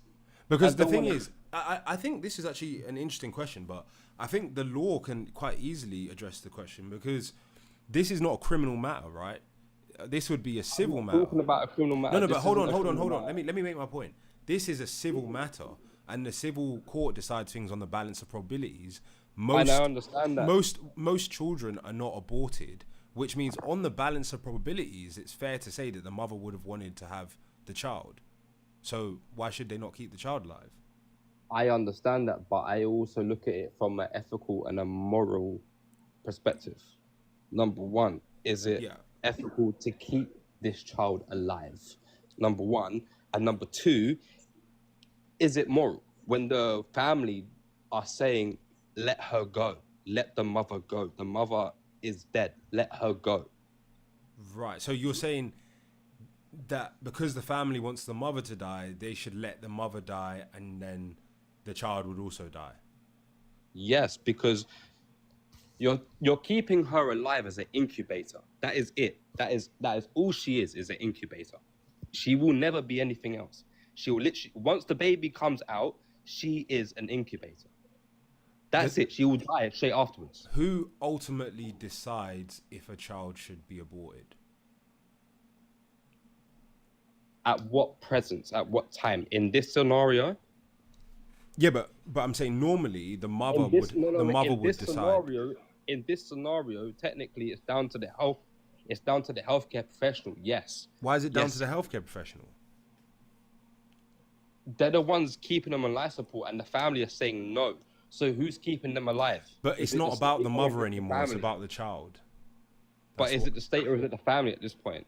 No. But I'm saying it's not actually about the mother. That they're keeping the mother alive because, in my opinion, it would be because I won't lie. I'm reading the comments right now. On the balance of actually hit the nail on the head. On the balance of probabilities, the mother would have wanted the child to be alive, and usually it's up to her whether the child. Well, not really. I mean, according to the law, she wouldn't be able to abort that child anyway. So once she's pregnant, so if she's dead, so she's brain dead, right? Yeah. So this is the point I'm trying to get to you, bro. She's brain dead. Yeah. So basically, she's just an incubator. That's all she is. Why'd you keep calling her an incubator? Because obviously she's the mother of the child. All they're trying to do is keep the child. She's dead, bro. She's basically dead. But the child bro. isn't dead. It's not about the mother. I'm saying it's about the child. Why are you ignoring the fact that the child is alive? Because the child is growing inside of a dead body. Basically. She's not dead. Otherwise, the child wouldn't be able to grow. She's being kept alive. Yeah, because the child would die if she was killed. And the child will probably die when it's delivered. How do you know that? It's not going to get the... It's not going to get... Why did... Just tell me, just give me... Forget the mother for a second. We'll get to that a second later. But why do you think the child should be killed? I don't think the child should be killed at all. I don't believe in killing children. But at the same time, it's ethically wrong. How is it ethically wrong to keep a child alive? Please, man, how are you gonna? Okay, cool. So we're gonna keep a child alive. Okay, fine, that's fine.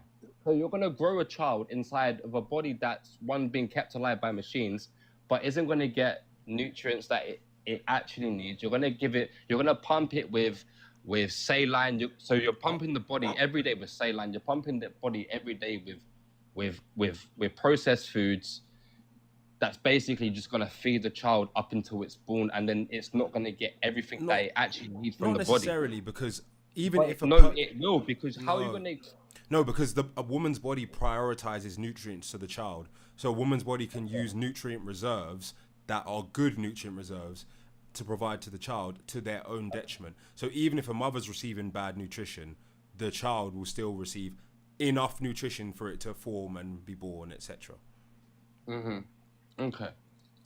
All right. Like if that was, let's say for example, if it was like your wife and she was brain dead and then your child is inside of your wife, would you want the child to be Would you want your wife to be terminated if she was brain dead and let the child die? How far? Depends how far along she is. At this gestation, so what is it?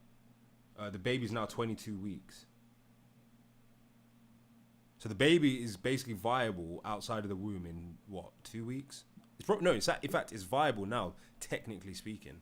It could actually be removed from the womb. Now, technically speaking, but then the child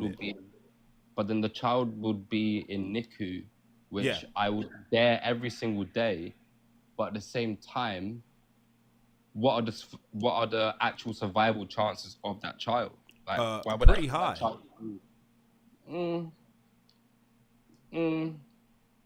Depending on very high, in fact. Like over 80%, basically. Depending on situation. At 24 or 25 weeks, the chances of survival, I think, are like over 95%. Depending on situation. Yeah, but the child's more likely to survive than not, so why do you want it to be killed? That's weird. I don't want the child to be killed. I didn't say I want You want the mother's life support to be turned off so the child would die. Have you ever seen a 22-week fetus? Yeah, I have. Fez. Okay. Okay, thanks for speaking. Guys, tap the screen to like the live. And message me if you want to talk about the other thing as well. Tap the screen to like the live, guys. If you want to request to debate, feel free. We got a lot of debates we can do. Shout out to the person, whoever that is, viewing on YouTube. We're building our platform. Thank you, Rubber Ducky, for liking the live. Our like goal today is 10,000 likes. So we are talking and debating as you do. What's up, Rubber Ducky? Mate. You okay, my bro? You right, yeah? Yeah. So, mate, sound. So, what did you want to... I see on it. I was going to see if you know anything about United Health involved with the NHS, because I came across, someone that actually followed Dr. Julia Patterson. She's been exposing private healthcare firms they've got NHS contracts, and they're basically been bribing politicians to basically dismantle the NHS completely to get everyone on the private healthcare system. But I don't know if you remember the Luigi Mangione case is still ongoing in the United States. Yeah. Yeah, well, United Health is literally that. It's in the UK now, and this company is actually known for refusing care and making it difficult for people to get access to medication, even when they're paying privately. So I just want to make people aware of that. What politicians are being bribed? There is a list somewhere. So I can say from memory, Rachel Reeves has received about 90,000. So has Angela Rayner. I think West Streeting received over 100,000, I believe. Yvette Cooper too. From United Health. I'm not sure about. Yeah, from United Health. They've got contracts within the NHS, and get this. Someone that's been exposed in it said they contacted one of the high management officers at NHS in Birmingham, I think they said it was. Yeah. And they said they ended up speaking to the CEO of the hospital of the NHS. Okay. Apparently, all NHS buildings they have a CEO in each building, which begs the question: so who's actually running the place? So why are you saying that West Streeting is trying to take actions to dismantle the NHS? Yeah, they've actually been exposed for accepting bribes. So politicians, it's documented. It's documented fact. I can try and get it up for you while I'm on the live. If I get kicked, I'll come back. I mean, that's it. Yeah, I mean, I don't mind you providing like information and stuff like that. But I would like to know what actions you think the government is taking to dismantle the NHS, because it doesn't seem that this government. They are actually doing it. I mean, what actions do you think they've taken to do that? They've been breaking it down, selling it off piece by piece, and putting more strain on NHS workers, and bringing in outside what they call professionals, but they've been exposed as well for saying not professionals. So when people come from a different nation here, they've actually been found that they don't get their medical licenses here. They don't get any medical training here. They actually pay like an online system to get a certificate from abroad. I'm not saying it's everybody, but that has been a factor as well. So that's something that needs to be looked at. But also, came across a whistleblower account about private healthcare for the elderly residents. There's a national inquiry going about it, actually. I'm not sure everyone knows about this, but apparently the elderly residents of this care home were being euthanized. Okay. I And mean, there's a that big does national happen. inquiry. That definitely happens in the UK, in NHS. It's very corrupt. Why do you think? I mean, do you think that it's bad if there's if the UK ends up having a private healthcare system? No. Sorry. My argument with it is you cannot trust corporations, especially when they have politicians in their pocket, because the level of fairness is always going to be against the common person. You know, anybody, no matter what profession you're in, even the police and NHS staff are struggling now day to day with wages and everything, and the state of the system. But at the same time, there have been private doctors' offices that have actually helped people who have been victims of vaccine injections. One of them, I follow on here, is Bring the Noise. He's got, I think, mRNA complications after the vaccine, and the NHS just could not figure out what was wrong with him. He ended up going privately, and it was actually the private hospital he paid for. He paid quite a lot of money as well, but they actually ended up curing him. Yeah, I know him. I don't think he's cured. He still has a lot of health issues. Oh, yeah, he's all right. He's a lot better than what he was. Fair enough. So you have issues with the NHS. You think it's you're saying that United Healthcare is bribing politicians so that the NHS goes private, but you don't actually have an issue with it going private. Is that right? I do and I don't. So it's a roll of the dice. It depends who's going to be in charge and what's going to be accessible for people of low income, because it's normally the people on the low end of the spectrum that end up suffering the most. Okay. And that's not something I agree with. So the NHS at one point, when I was young, like growing up, the NHS was amazing. You were literally in, you were seen immediately, you were dealt with, you were sent home, not a problem. And now it's just literally all gone downhill.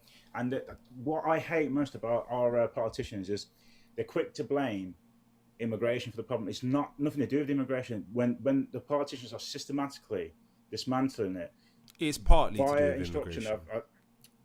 It's a very small part, but when you see the figures and who's profiting off it, you'll see why there's no money in the bloody NHS. There is money see in why the the NHS NHS. has to get contracts.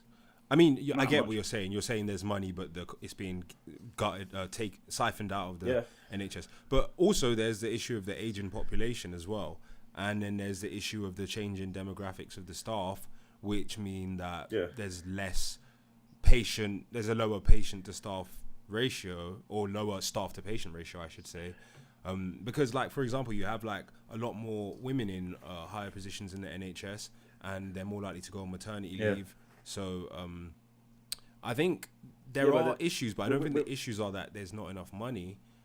It's more the structure of it. But the systems like this, they're not sustainable anyway, in my personal opinion. Like socialized health systems, to be honest, I just don't think they work. Not in a country with an aging population and a lot of immigration. Oh no, they were for a very, very, very long time. I mean, this is where a lot of people get mistaken. Is 40 years really a long time? Not really. So I'm trying to say, a long time ago, you say about the aging population. So everybody I knew growing up, they all paid the taxes. Now I know a lot of people who've gone the whole life working, not had one illness. Now they're in their old age, they can't get the pension. They're being denied state pension. They're not allowed the healthcare they've actually paid for. And this is people to pay for it. It's because the establishment keeps stealing the money. Yeah. And there's no accountability. You can't see where that money's going. And it is always being taken off the public. And the NHS was at once funded by the public. So was the police. Now it's all corporations. So you see where I'm going with this. At one point, everything was fine. But it's still funded by the public. Not all of it. What parts of it are not funded by the public? I'll have to get the demographics for you, but I could tell you the police are now corporation. You said that again? The police are now corporation. I mean, they've always been corporations. No, and they used to be public services. Now they're not. There's corporations. You never used to find the policeman outside somebody's house, throwing them out of the house with bailiffs. Okay. That's something very new. And I went down the rabbit hole with that. No, I get what you're saying. I found out that the police they're funded by a company called DCX. DCX is owned by BlackRock Vanguard. But okay, I get what you're saying. But fundamentally, the police have always like the local police forces have always been corporations, or corporate bodies. They are public servants, but there's a corporate element to them. Not anymore. Okay. Not anymore. If you look at the uniform, if you look at the hats they're wearing now, they're quite flat. That's a corporation. That's not public. Is that not just a fashion choice? No, look it up. Obviously, I'm not making it up. I wouldn't say if that's infactual, because then I look silly. I always fact check what I'm told, and I always fact check what I see and read. Okay, but we don't know you, right? So we don't know. I know. But you're saying that because the cap's flat, that it means that it's corporate, right? Is that right? Yes. Okay, so I'm just putting up the NHS funding now, because you said that some of it is not coming from taxpayer money, but so it's got the total funding for NHS England, which is 153 billion. This is 22-23. I think it went up by, what was it, like 8% or something in the past year.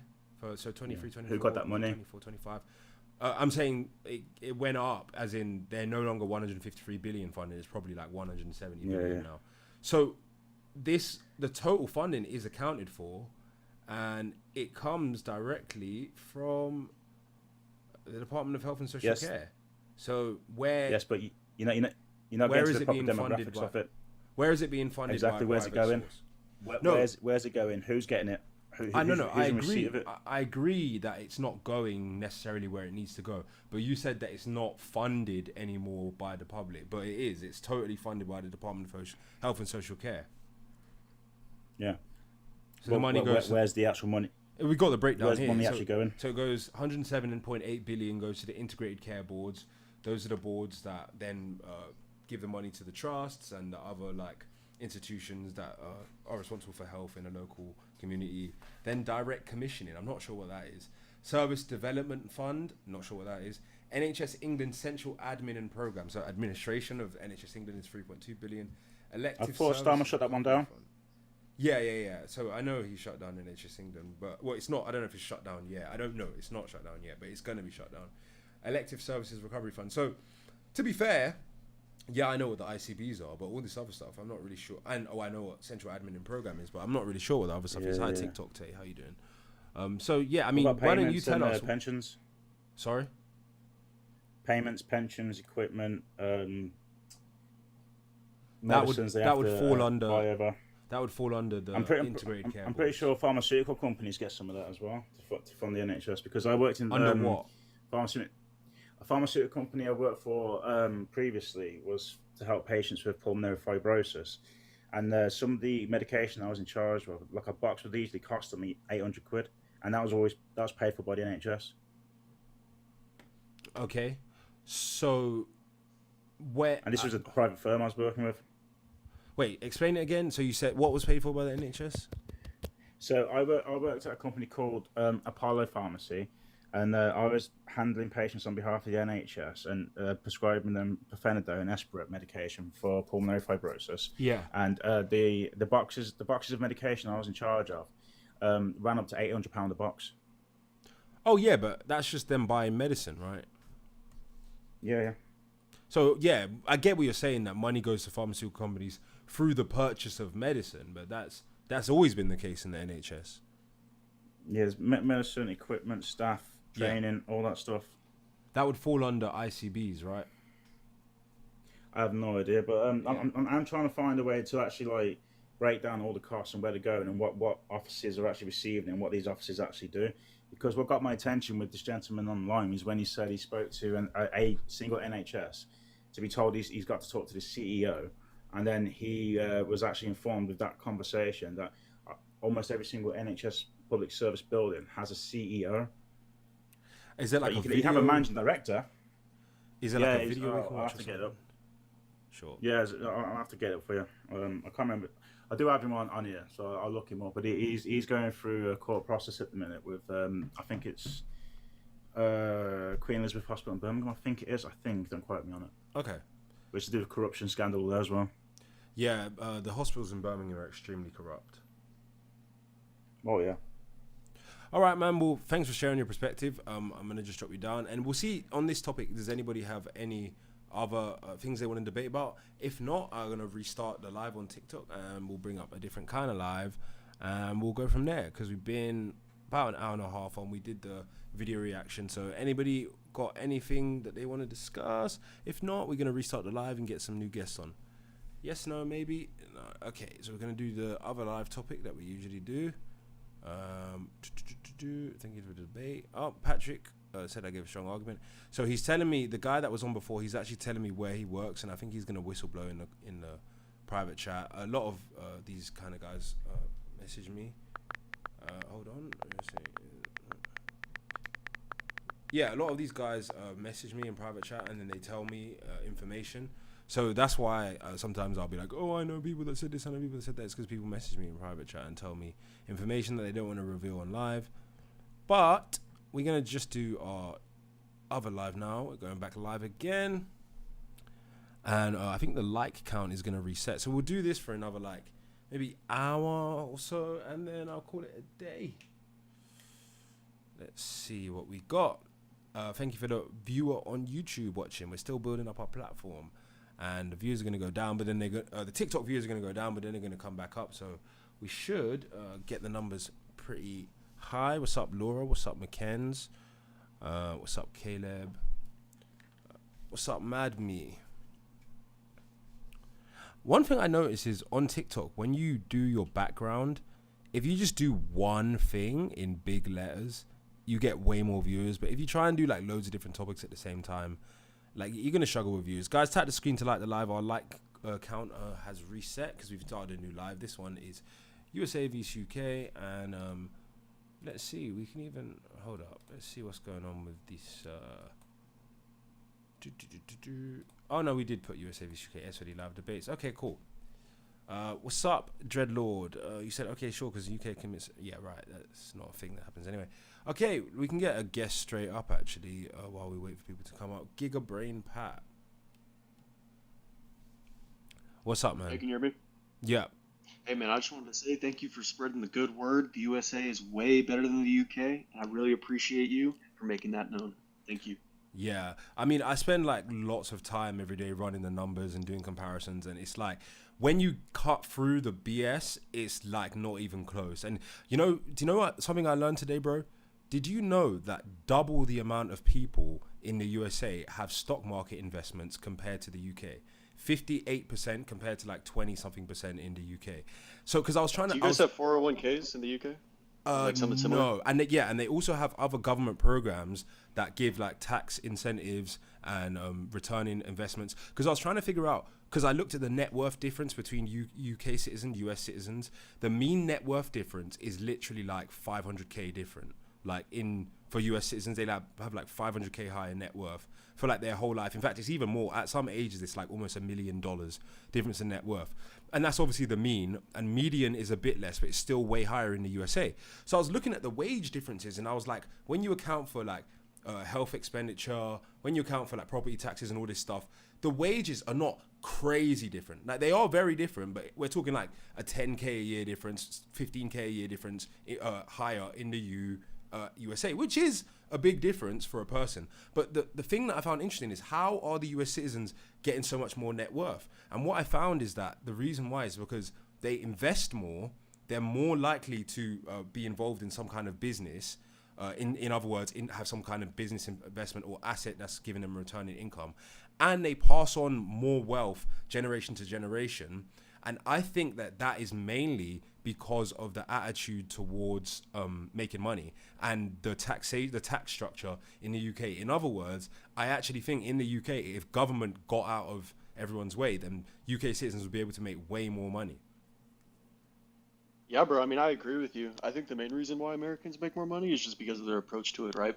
Yeah. So, I mean, I feel like in our country, we definitely prioritize capitalism. Like, we don't see it as something that's like intrinsically evil. Yeah. I don't think the same can be said in countries like the UK. Yeah, exactly. So, and I think just by virtue of that, you've got a lot more people who like are just going to be more invested in given assets and whatnot. But hey, bro, I'm gonna get off your live because we agree. So no worries, bro. But I appreciate you, bro. Yeah, take care, bro.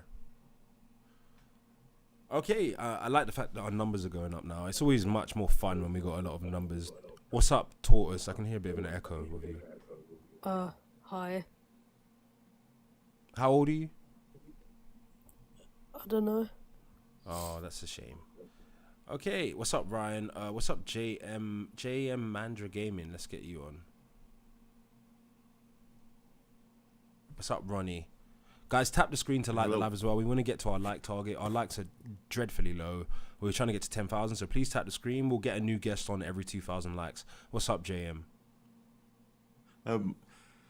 Is this actually a real debate? Do you want to get kicked out of it? No, no. Okay, let's start again. Yeah. So I guess it's obvious that the US is, would I say better? Probably. Actually, no. Let's make this spicy. No, I don't think the US is better than the UK. Okay, why not? Because I think to some extent there's something to say about not just living for money every single time. Because I guess if you look at the USA, with all the money they make, it still seems like they struggle, just like any other country in the world. So what exactly are you? What are your KPIs to measure better? When you say they struggle, who struggles the most? No, who struggles the least? Like, which countries struggle the least?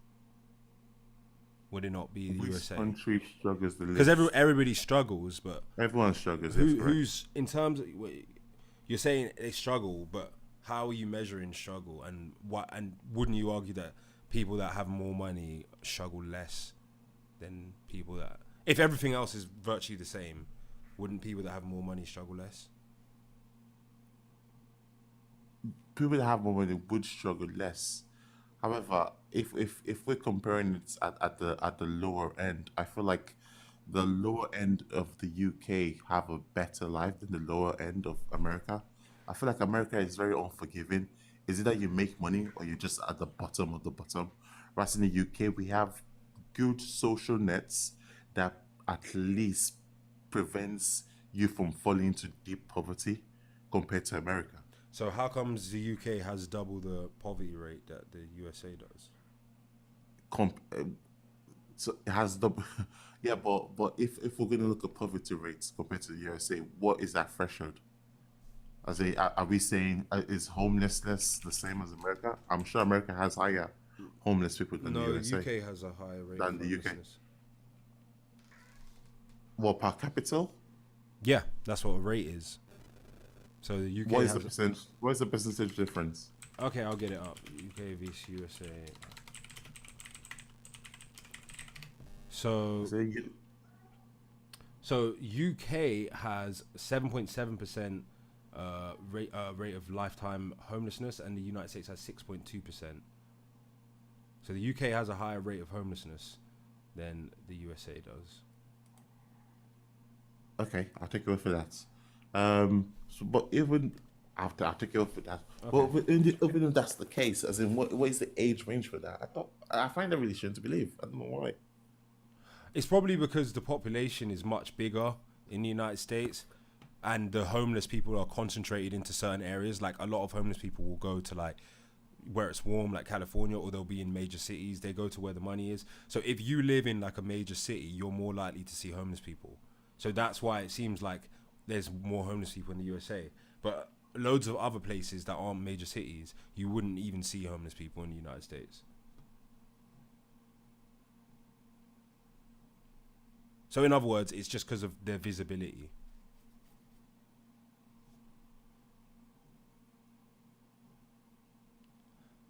Harley says you need to take into account that it's triple the population. No, we're dealing with a rate. So rates already factor in population, because a rate or a percentage is per 100. J-Man, you still there?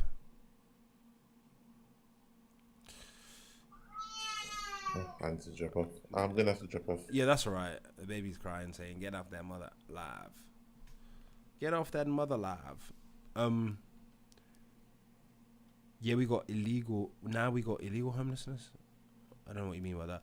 UK is a dot compared to the size of America, so of course statistics aren't going to be balanced.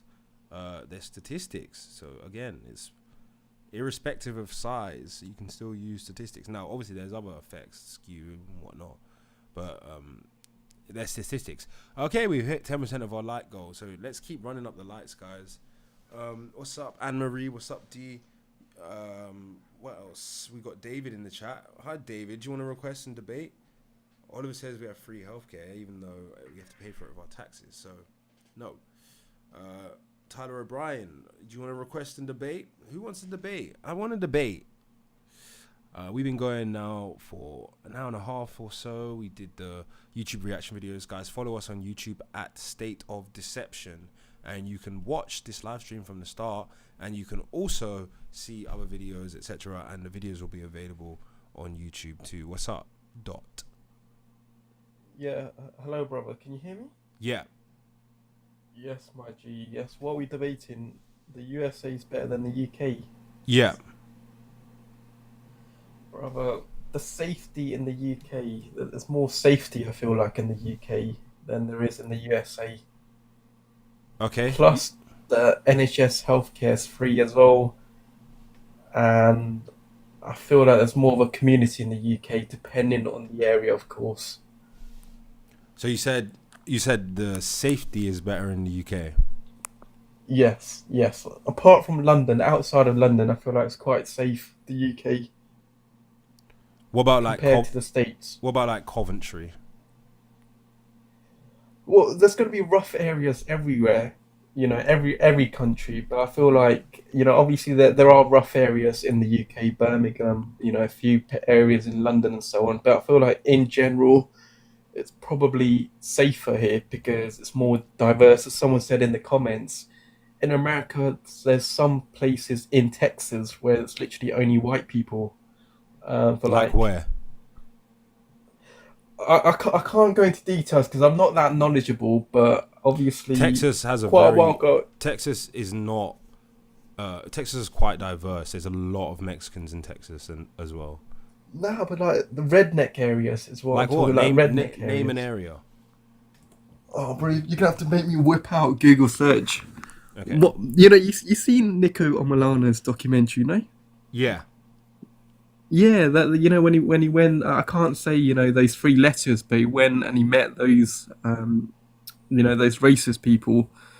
Here I feel like there are racist people, but they're more undercover. That because the USA has more non-white people than the UK does, right? Percentage-wise. Yeah, of course, yeah, but it's much bigger than the UK. No, percentage-wise, there's a greater percentage of the population is non-white. Like, the USA is literally like 60% like white, maybe even 50%. Like, half the population is non-white, basically. Yeah, but those people who are white and who are racist are very passionate, very radicalized, very vocal, very dangerous. I feel like more. I think you're just stereotyping people. Nah, bro, have you not seen the EDM members here? Come on, they're like crackheads. Like, nothing to worry about. We're chilling. I think you are just stereotyping. It's not nice, man. Like if someone was saying this about any other group of people, you'd have an issue with it. So it's not. I don't see why it's okay for you to speak about people like that. Bro, I mean, you can speak about how you want, but it's just disingenuous when you're like arguing good faith. You can't just be like, oh, because they're white, they're all racist. Like, that's silly. Nah, not everyone, but the racist ones are more verbal, are more physical. What do you mean they'll more bring physical? a shotgun into school. Well, dude, you're fantasizing on my life, man. Come on. This is silly. Like, let's have an adult discussion. Like, not these weird stereotype fantasies. Like, this is like being like, oh yeah, those BLK, they got the BBC and they're gonna do this and they're gonna like, what the hell? Like, literally, that's weird. What's up, Daddy 0153? Yes, man. You all right? Yeah. I'm good, man. Good. Well, I'm old school. I'm an old boy. Yeah. Right. For starters, I've never been to America. And I can't really say anything about America other than what I see on the news or what I read on the internet. Yeah, that's reasonable. Have you ever been to England? Yeah, I'm born and raised. Oh, you're born and raised in England. Where were you born? In London. London, so, right, okay, the capital. Which area? I'm from Archway. I've also lived in Chingford as well. Okay, that's Essex, isn't it? It used to be, but no. Yeah. It's like East London now. Yeah, it's a difficult one. I suppose we've both got our weaknesses and we've both got our strengths. I mean, yes, we've got the free healthcare. I know we're paying for it via tax, this, that, and the other. You get more money wage-wise than us, but of course you have to pay for private healthcare. You don't have to. It's probably a good idea. Well, yeah, it's obvious if unless you won't get repaired. I mean, 2 years ago I had double coronary artery bypass, and I was in hospital for 3 weeks. I didn't have to put my hand in my pocket once. Yeah. And I come out the other side, and I'm still ticking now. How many years have you worked in the UK for?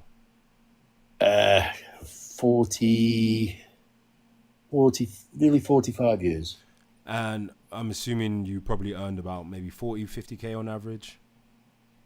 It's differed depending on the job. I've been as low as high 20s and as much as going into the 60s. So I've been both ends of the scale. I've had money, I've lost money, I've been bankrupt once. So like 50K is probably like a good average for your wage. So 50K... Again, depending on where you live. Of course, if you live in London, 50K is chicken feed. If you live up the north, where I am, 50K is good. But that's like 2.2 million overall, right? And probably about 20-30% of that has gone to the NHS. Yeah, but at the end of the day... So you probably paid to the NHS about 600 grand. Probably so. You're the one with the computer and you can do the maths in front of you. I aren't. I've just got a phone in my hand. So I mean, I'll take less. It could be less than that. It might be like because you know, obviously you've got that's your total wage. Not all of that's going to be taxed, but probably about 30% of it would be, I'd say, on average. And no, so it's a bit less than that. So 600 grand, and then tax contribution towards healthcare is less. So it's probably about. Hold on, let's see. Well, we do pay for the. Less. It's probably like 200 grand. It's probably like 200 grand. Well, and also we do pay for the ones who are less fortunate than us, like the disabled. I don't like to use the word carry. What we pay into the system helps the disabled. So them who can't work, we help them. Them who don't work for whatever reason, and I'm not going to go into the politics of some of that because some people are. Can I say lazy? But yeah, I suppose they are. But we do pay out money for people who can't work or don't want to work. So I don't know if you have anything like that set up over there. Yeah, they do. So if you can't afford healthcare, then you can still get healthcare in the USA through Medicaid, and if you're older, it will be through Medicare. So they still have means for people. You have the, let's say for instance, I was living over there now. Now I own my own property. But let's say, for instance, I hadn't got healthcare. Yeah. I'd lost my job, but I got my own property. I'd got, let's say, I got minimum savings in my bank account, not enough to, just enough to live on to try and find a new job.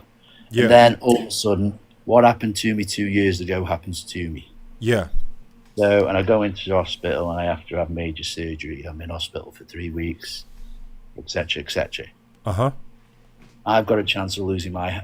I don't know if this is true or not. You can probably tell me if what's true, what's right, and what's wrong. So it would be income. Lose your house? It'll be income assessed. So if your income is below a certain level, then you would be able to get that on Medicaid, and you might have to pay some kind of out-of-pocket expenses.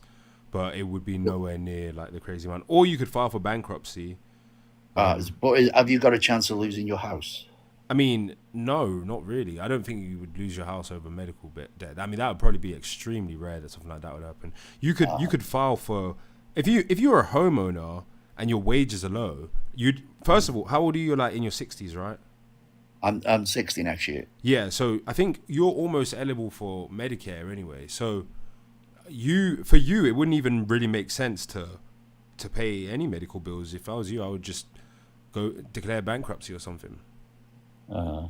See, I don't know what, or you could get it through Medicare. See, I don't know how bankruptcy works in your country because it probably doesn't work the same as over here. Depending which bankruptcy you do, if you do it personally yourself, or if someone declares you bankrupt. I mean, I've been bankrupt. I declared myself bankrupt because I went through a bad divorce. Well, I won't go into all the details, but it left me with a hefty sum, and I just couldn't pay it off. So the simplest option was to go bankrupt. You go bankrupt for, at the time it was 2 years. Now it's 1 year, and then you're cleared. It does sit on your record for 6 years as a CCJ. Yeah. But you are clear after 12 months now in this country. I don't know how it works in America. Yeah, it's the same thing pretty much. Uh-huh. Yeah. So that's why medical debt is so high in the USA, because people use it to not pay medical bills. Medical bankruptcy, is so high because people use medical bankruptcy as a means of getting off really high medical bills. We've had a couple guys on here talk about it, and they basically say that if they have like a 600k medical bill, they'll just take the bankruptcy. I think one of them said he paid like 20k out of it. It was like 600k, and then he didn't have to pay the rest. And he said it affected his credit for 6 years, and then after that he was fine. But like I say, getting back on topic. Yeah. Like I said before, I think it swings and roundabouts. I think we've both got pluses and we've both got minuses. As regards, I saw you pick up on what I commented on when I put we've got the homeless illegals. You said that it's noticeable in this country more than it is in America. Yes. No, I said noticeable in America more. Oh, Because people live in, like, if you're homeless, you're more likely to be in like a major city. So a lot of the homeless population, they get moved around and they go to places like California or Chicago or New York. Like, they're concentrated in areas where they think they might be able to get money or drugs. Yeah. So that's why it seems like they're more visible there. It's the same here. They're concentrated, but the actual rate of homelessness is higher in the UK than it is in the USA now. Yeah, but bear in mind we've got the issue at the moment where we're having you probably picked it up on the news where we're having these illegals coming in on boats. So many hundreds, so many thousands. Whether they're illegals would only be determined at the point at which they are determined to have come into the country illegally. They might be like an asylum seeker or something. I'm not going to debate on that because the question was asked a while ago. A member of Parliament asked a question to someone. If they aren't illegal, why haven't they come across like on an EasyJet, £29 flight, landed in the country and then declared asylum? It's a perfectly valid question, but it's almost like this. Imagine somebody commits a crime and there's fingerprint evidence and they're on CCTV when they commit the crime. They haven't been convicted yet. So until they're convicted, you wouldn't say that they're a criminal. You would call them the alleged criminal. You understand? Understand. So and that's why until they have been proven to be illegal immigrants, they would be considered migrants or asylum seekers. Yeah, I understand, but don't you think by coming over with no ID and skipping the passport and visa and all that lot, by coming across totally no idea who they are? Yeah. Are they hiding their identity for a reason? Possibly, yeah. They could be illegal immigrants, but until it's determined, we don't know if they are or not. But I think most of them are, probably like 80%. And it's a uphill battle. I mean, it's an uphill battle. They've got a lot to work out. You do know it doesn't matter who's. You do know that that's a really small number of people, though. Like, net illegal migration into UK is like 3k people in a year. Well, I don't want to sound funny or anything, but if they don't know, if the government and the police and etc. don't know who they are, how can you say that it's a small number? They do know Because who they are. They get most of them get processed, and most of them leave the country again. So most of the people, I think like 20,000 or so people come illegally. Obviously, some they won't get caught. It's all estimates, isn't it? But of majority of the people that come into the UK as illegals, asylum migrants, whatever you call them, most of them leave the country again. So they come in and then they either get deported back to where they came from, or they voluntarily leave back to where they came from. And the ones that stay is like 3K. So net migration, I think last year was what, like 500K people, like crazy amount. And of that 500K, the number of illegals is like 3,000. So we're looking at like, what, a very small percentage. What's that? 3,000 over 500,000. Yeah, so like 0.6% of immigrants are illegal, basically. I mean, have you met many illegal immigrants in the UK? I haven't. I'm fortunate because where I am in the country, we're multicultural area. Yeah. But we don't see we've got our own issues in my area as it is, with a big drug problem. Do you know, if I mention the drug itself, you probably work out where it was. I mean, I know you're in America, but you've probably heard. Have you ever heard of the drug called dust? Yeah, but I'm not in America. Oh, you're in UK. Yeah. Yeah. So you've heard of the drug dust? Yeah, sure. But what's your point? Because that's, if you say that on the live, it's kind of like triggers the live a bit. But what point are you trying to make? I'm just saying that's the area and where I live, because there's nowhere else in the UK that seems to suffer with it more than we do. So you could probably work out.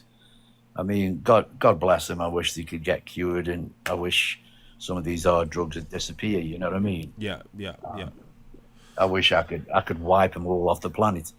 All right, you know man. I mean? Well, I've got another requester waiting to come on. Thank you for. Yeah. You carry on, brother. All the best. All the best. You carry on. Have a good day. Good day. Take care. Bye.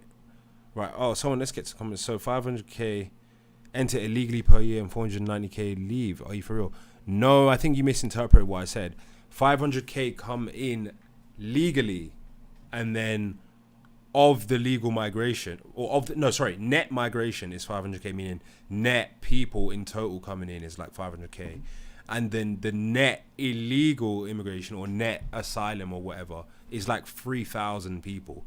So I'm saying majority of the people, only like percentage wise, even if it's like 0.6%, but let's just say loads of them don't get detected. We're talking about 1.1% of the people coming into the country are coming in illegal, and vast majority of them are coming in legally. So I hope that clears that up. Okay, so we got some requesters. Let's see what the requesters are saying. What's up? Right. So, you're claiming America is better, right? Yeah. Did we speak before? No. Oh, you got an echo. I can hear myself back in your. Well, I don't know what it is, but if it wasn't for the UK, you lot wouldn't be speaking English right now. Okay. So what? Well, I don't know. I mean, someone's already mentioned this in the chat, but America has a lot of school shootings as well, and that's because of gun legalization. Define a lot. So you wouldn't really have that in the UK. Define a lot. So, what? Define a lot.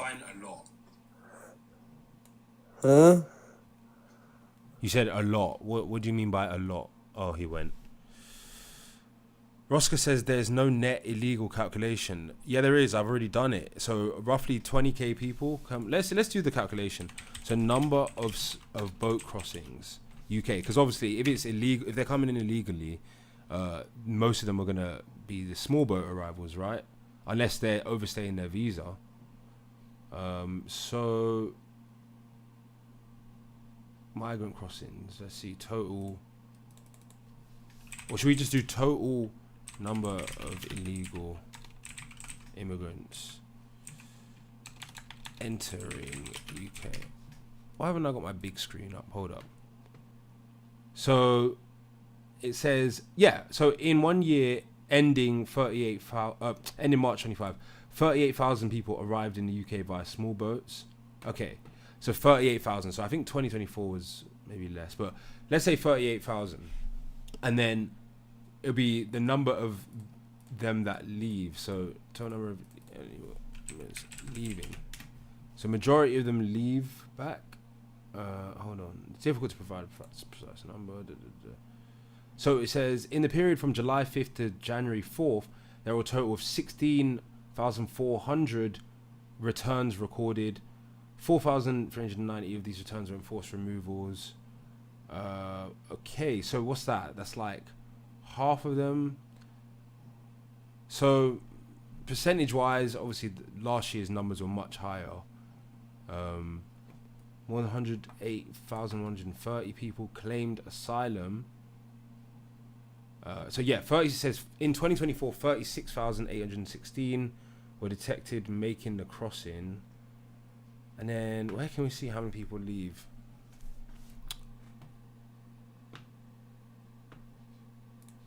I had the numbers the other day, that's why my numbers are off today. But what is the guy saying again? He said there's no net illegal calculation. Well, the thing is, let's just get to the point. It's difficult to know. We know that illegal immigration is a problem, but my position has always been that it's not as big of a problem as they make out, and that most of the people coming in come legally, sorry.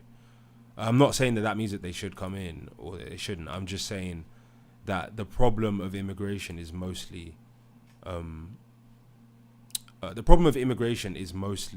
because people are coming in, overstaying their visas, coming on student visas, bringing their family, etc.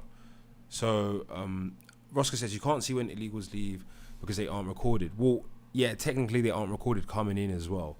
So I'm sure they have like some mechanism of determining it. So, I mean, you tell me, like, how many people do you think roughly, because they said 38,000 people roughly came in illegally. How many people do you think come in and leave or stay? Like, let me know what your perspective is. But you're requesting, so let's talk. We got 28 people in the live as well, guys. Tap the screen to like the live. Right. We're really like far away from our like target. What's up? All right. Yeah. So yeah. As I'm glad that you're looking at the facts on this. I don't have my laptop here at the moment. Yeah. My tablet is almost out of battery. Okay. But the thing is like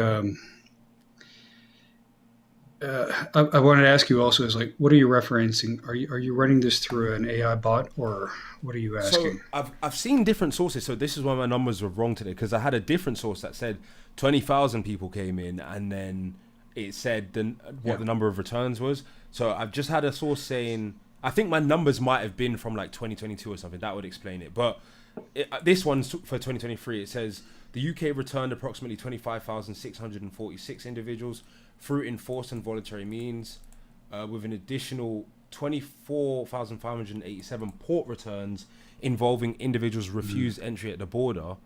And then it says, however, when compared to the estimated 52,530 irregular migrants detected entering, these returns represent a relatively small proportion. So people are getting returned. It says specifically only about 22% of detainees leaving immigration detention were returned overseas, a significant decrease from 64% in 2010. So I think it depends on the year, but the point remains that a lot of them go back. And it's certainly. I mean, per year, there will be a different result. But the thing is, like I also look through these things, and I also had the same problem. Is like all sources seem to indicate something else. And then whatever source you want to look at, they're not actually representing the data which is at issue or what you're actually looking for. It seems like that's what I'm saying is like it's not actually objectively recorded. It would never be. It very would never confusing. You'd never be able to fully record it. I think where my numbers might have got mixed up is because I think I might have been looking at the number of small boat crossings, but then that's obviously distinct from the number of people that are considered to be irregular migrants. So there'll be less small boat crossings than irregular migrants. I think most of the small boat crossings are returned, but then what do you mean as an irregular migrant? That's what I'm saying. That's so a they're term I haven't heard defining before. Exactly. They're defining irregular migrants as in people who are coming into the country who haven't been detected or vetted properly. That's the total number, and a lot of them are going to come by plane. So you know, this is the British nomenclature for essentially an illegal immigrant, as they call them. Well, someone who's come in that hasn't been vetted. Random migrant. They could be an asylum seeker. Okay. They could be an illegal immigrant. Yeah. And that would also that makes the consistency of comparing statistics, even such as they are, which they aren't over the years, is if they keep changing the terminology, then it also messes with the Google metrics. Exactly. Is that you can't even get the so I mean, overall, I mean, I think everybody can assess that the amount is large, and on any metric. It's definitely large in the United States. I wouldn't consider it large in the UK. Yeah, and it's also interesting. Why is the UK such a hub? I mean, you would argue perhaps it's not, but then where else would these people go? I mean, it's a long way to come to the UK, by the way. I mean, it's far simpler to arrive, considering where most. I mean, it's not like people from Europe, European citizens of their countries that have ethnicity or background, families, there that are the ones that are arriving. By this means, it would be people from outside of the European continent. Yeah, but including the UK. Maybe it's because they speak English in the UK when the people might speak English but not speak French or German. Well, I mean, if they speak English, that would certainly be a big plus. That's and it's easier to claim government Yeah. handouts if you speak the country with the language. Probably be quite hard. Yes, certainly, but it also means that they have better opportunities at employment and such. I mean, it would be preferable that persons who can speak the lingua franca, even though it's English. Yeah. That's in immigration, be it legal or not. That would be certainly it's a positive if the person that arrives can speak the language. I mean, I'm in Finland myself. Yeah. And not many people speak Finnish, and. Somebody arrives here, and I've met several. I mean, it's a difficult task to learn Finnish, but if you don't speak Finnish, but at least if you speak English, it creates some opportunity. Yeah. And do you guys get a lot of illegal? Do you guys get a lot of migration into Finland as well? I think to Finland, I think it's our. Even though Finland is all the metrics are showing and they're blasting it across the social media sphere, is that Finland is the happiest country in the planet, and I think actually the illegal element is smaller. What we do have though is a lot of refugee seekers, but then they apply for asylum, and then those processes are such as they are, and are protracted often.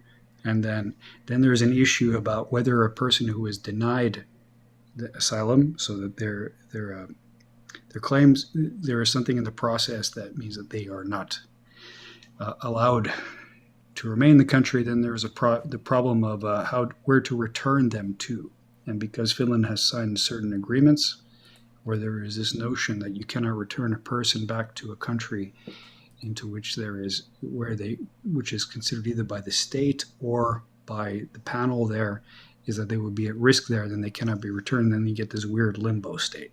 Yeah, I want to kind of get back to the topic, the USA versus the UK. So, as someone from Finland, what's your perspective of the debate topic, and what do you think? Yeah. Well, for mine, I have very little. I mean, actually, living in the United States, the only time I've been there is on a 2-week beach holiday with a friend of mine in Fort Lauderdale. That was decades ago. Yeah. As to the UK, I spent 2 years in Norwich. That was also years ago. But on the objective scale, I agree with your prompt, though. That I mean, the United States provides. It is so much more opportunity, and there are also civil liberties that I think are being disrupted in the UK. Yeah, for sure. And this is it. But in this regard, I mean, not to return to the previous topic, but I think also for persons who arrive legally, there is far more opportunity in the United States than there is in the UK. Got it. I'd say that pretty much wraps up our conversation for today. I've been live for about 2 hours, so I'm gonna draw Yeah, it to a close. I appreciate you, man. We really didn't hit our like target today. I don't know whether that algorithm is against us. Thank you, Roscar, for the chat. Can I hit you likes while I'm up on the panel, or is that sure? Oh shit! I didn't even mean to do that. Yeah, man. Sorry, I'm sorry for doing that. Yeah, if you want to do that, man, I'd really appreciate it. But I am gonna draw the live to a close. Thank you for liking the live. I don't think we're gonna hit our 10K target. We were mainly doing the reaction videos today, so we're gonna wrap it up. So thank you, everyone, and remember, guys, you can always watch the live streams back and the video reactions at the beginning of the live stream on YouTube, and the YouTube channel is at State of Deception. We're trying to build up our subscribers, so I will be posting more videos on there shortly. Thank you very much. Bye bye. Bye, Olive Mimi as well. See ya. Okay, stop.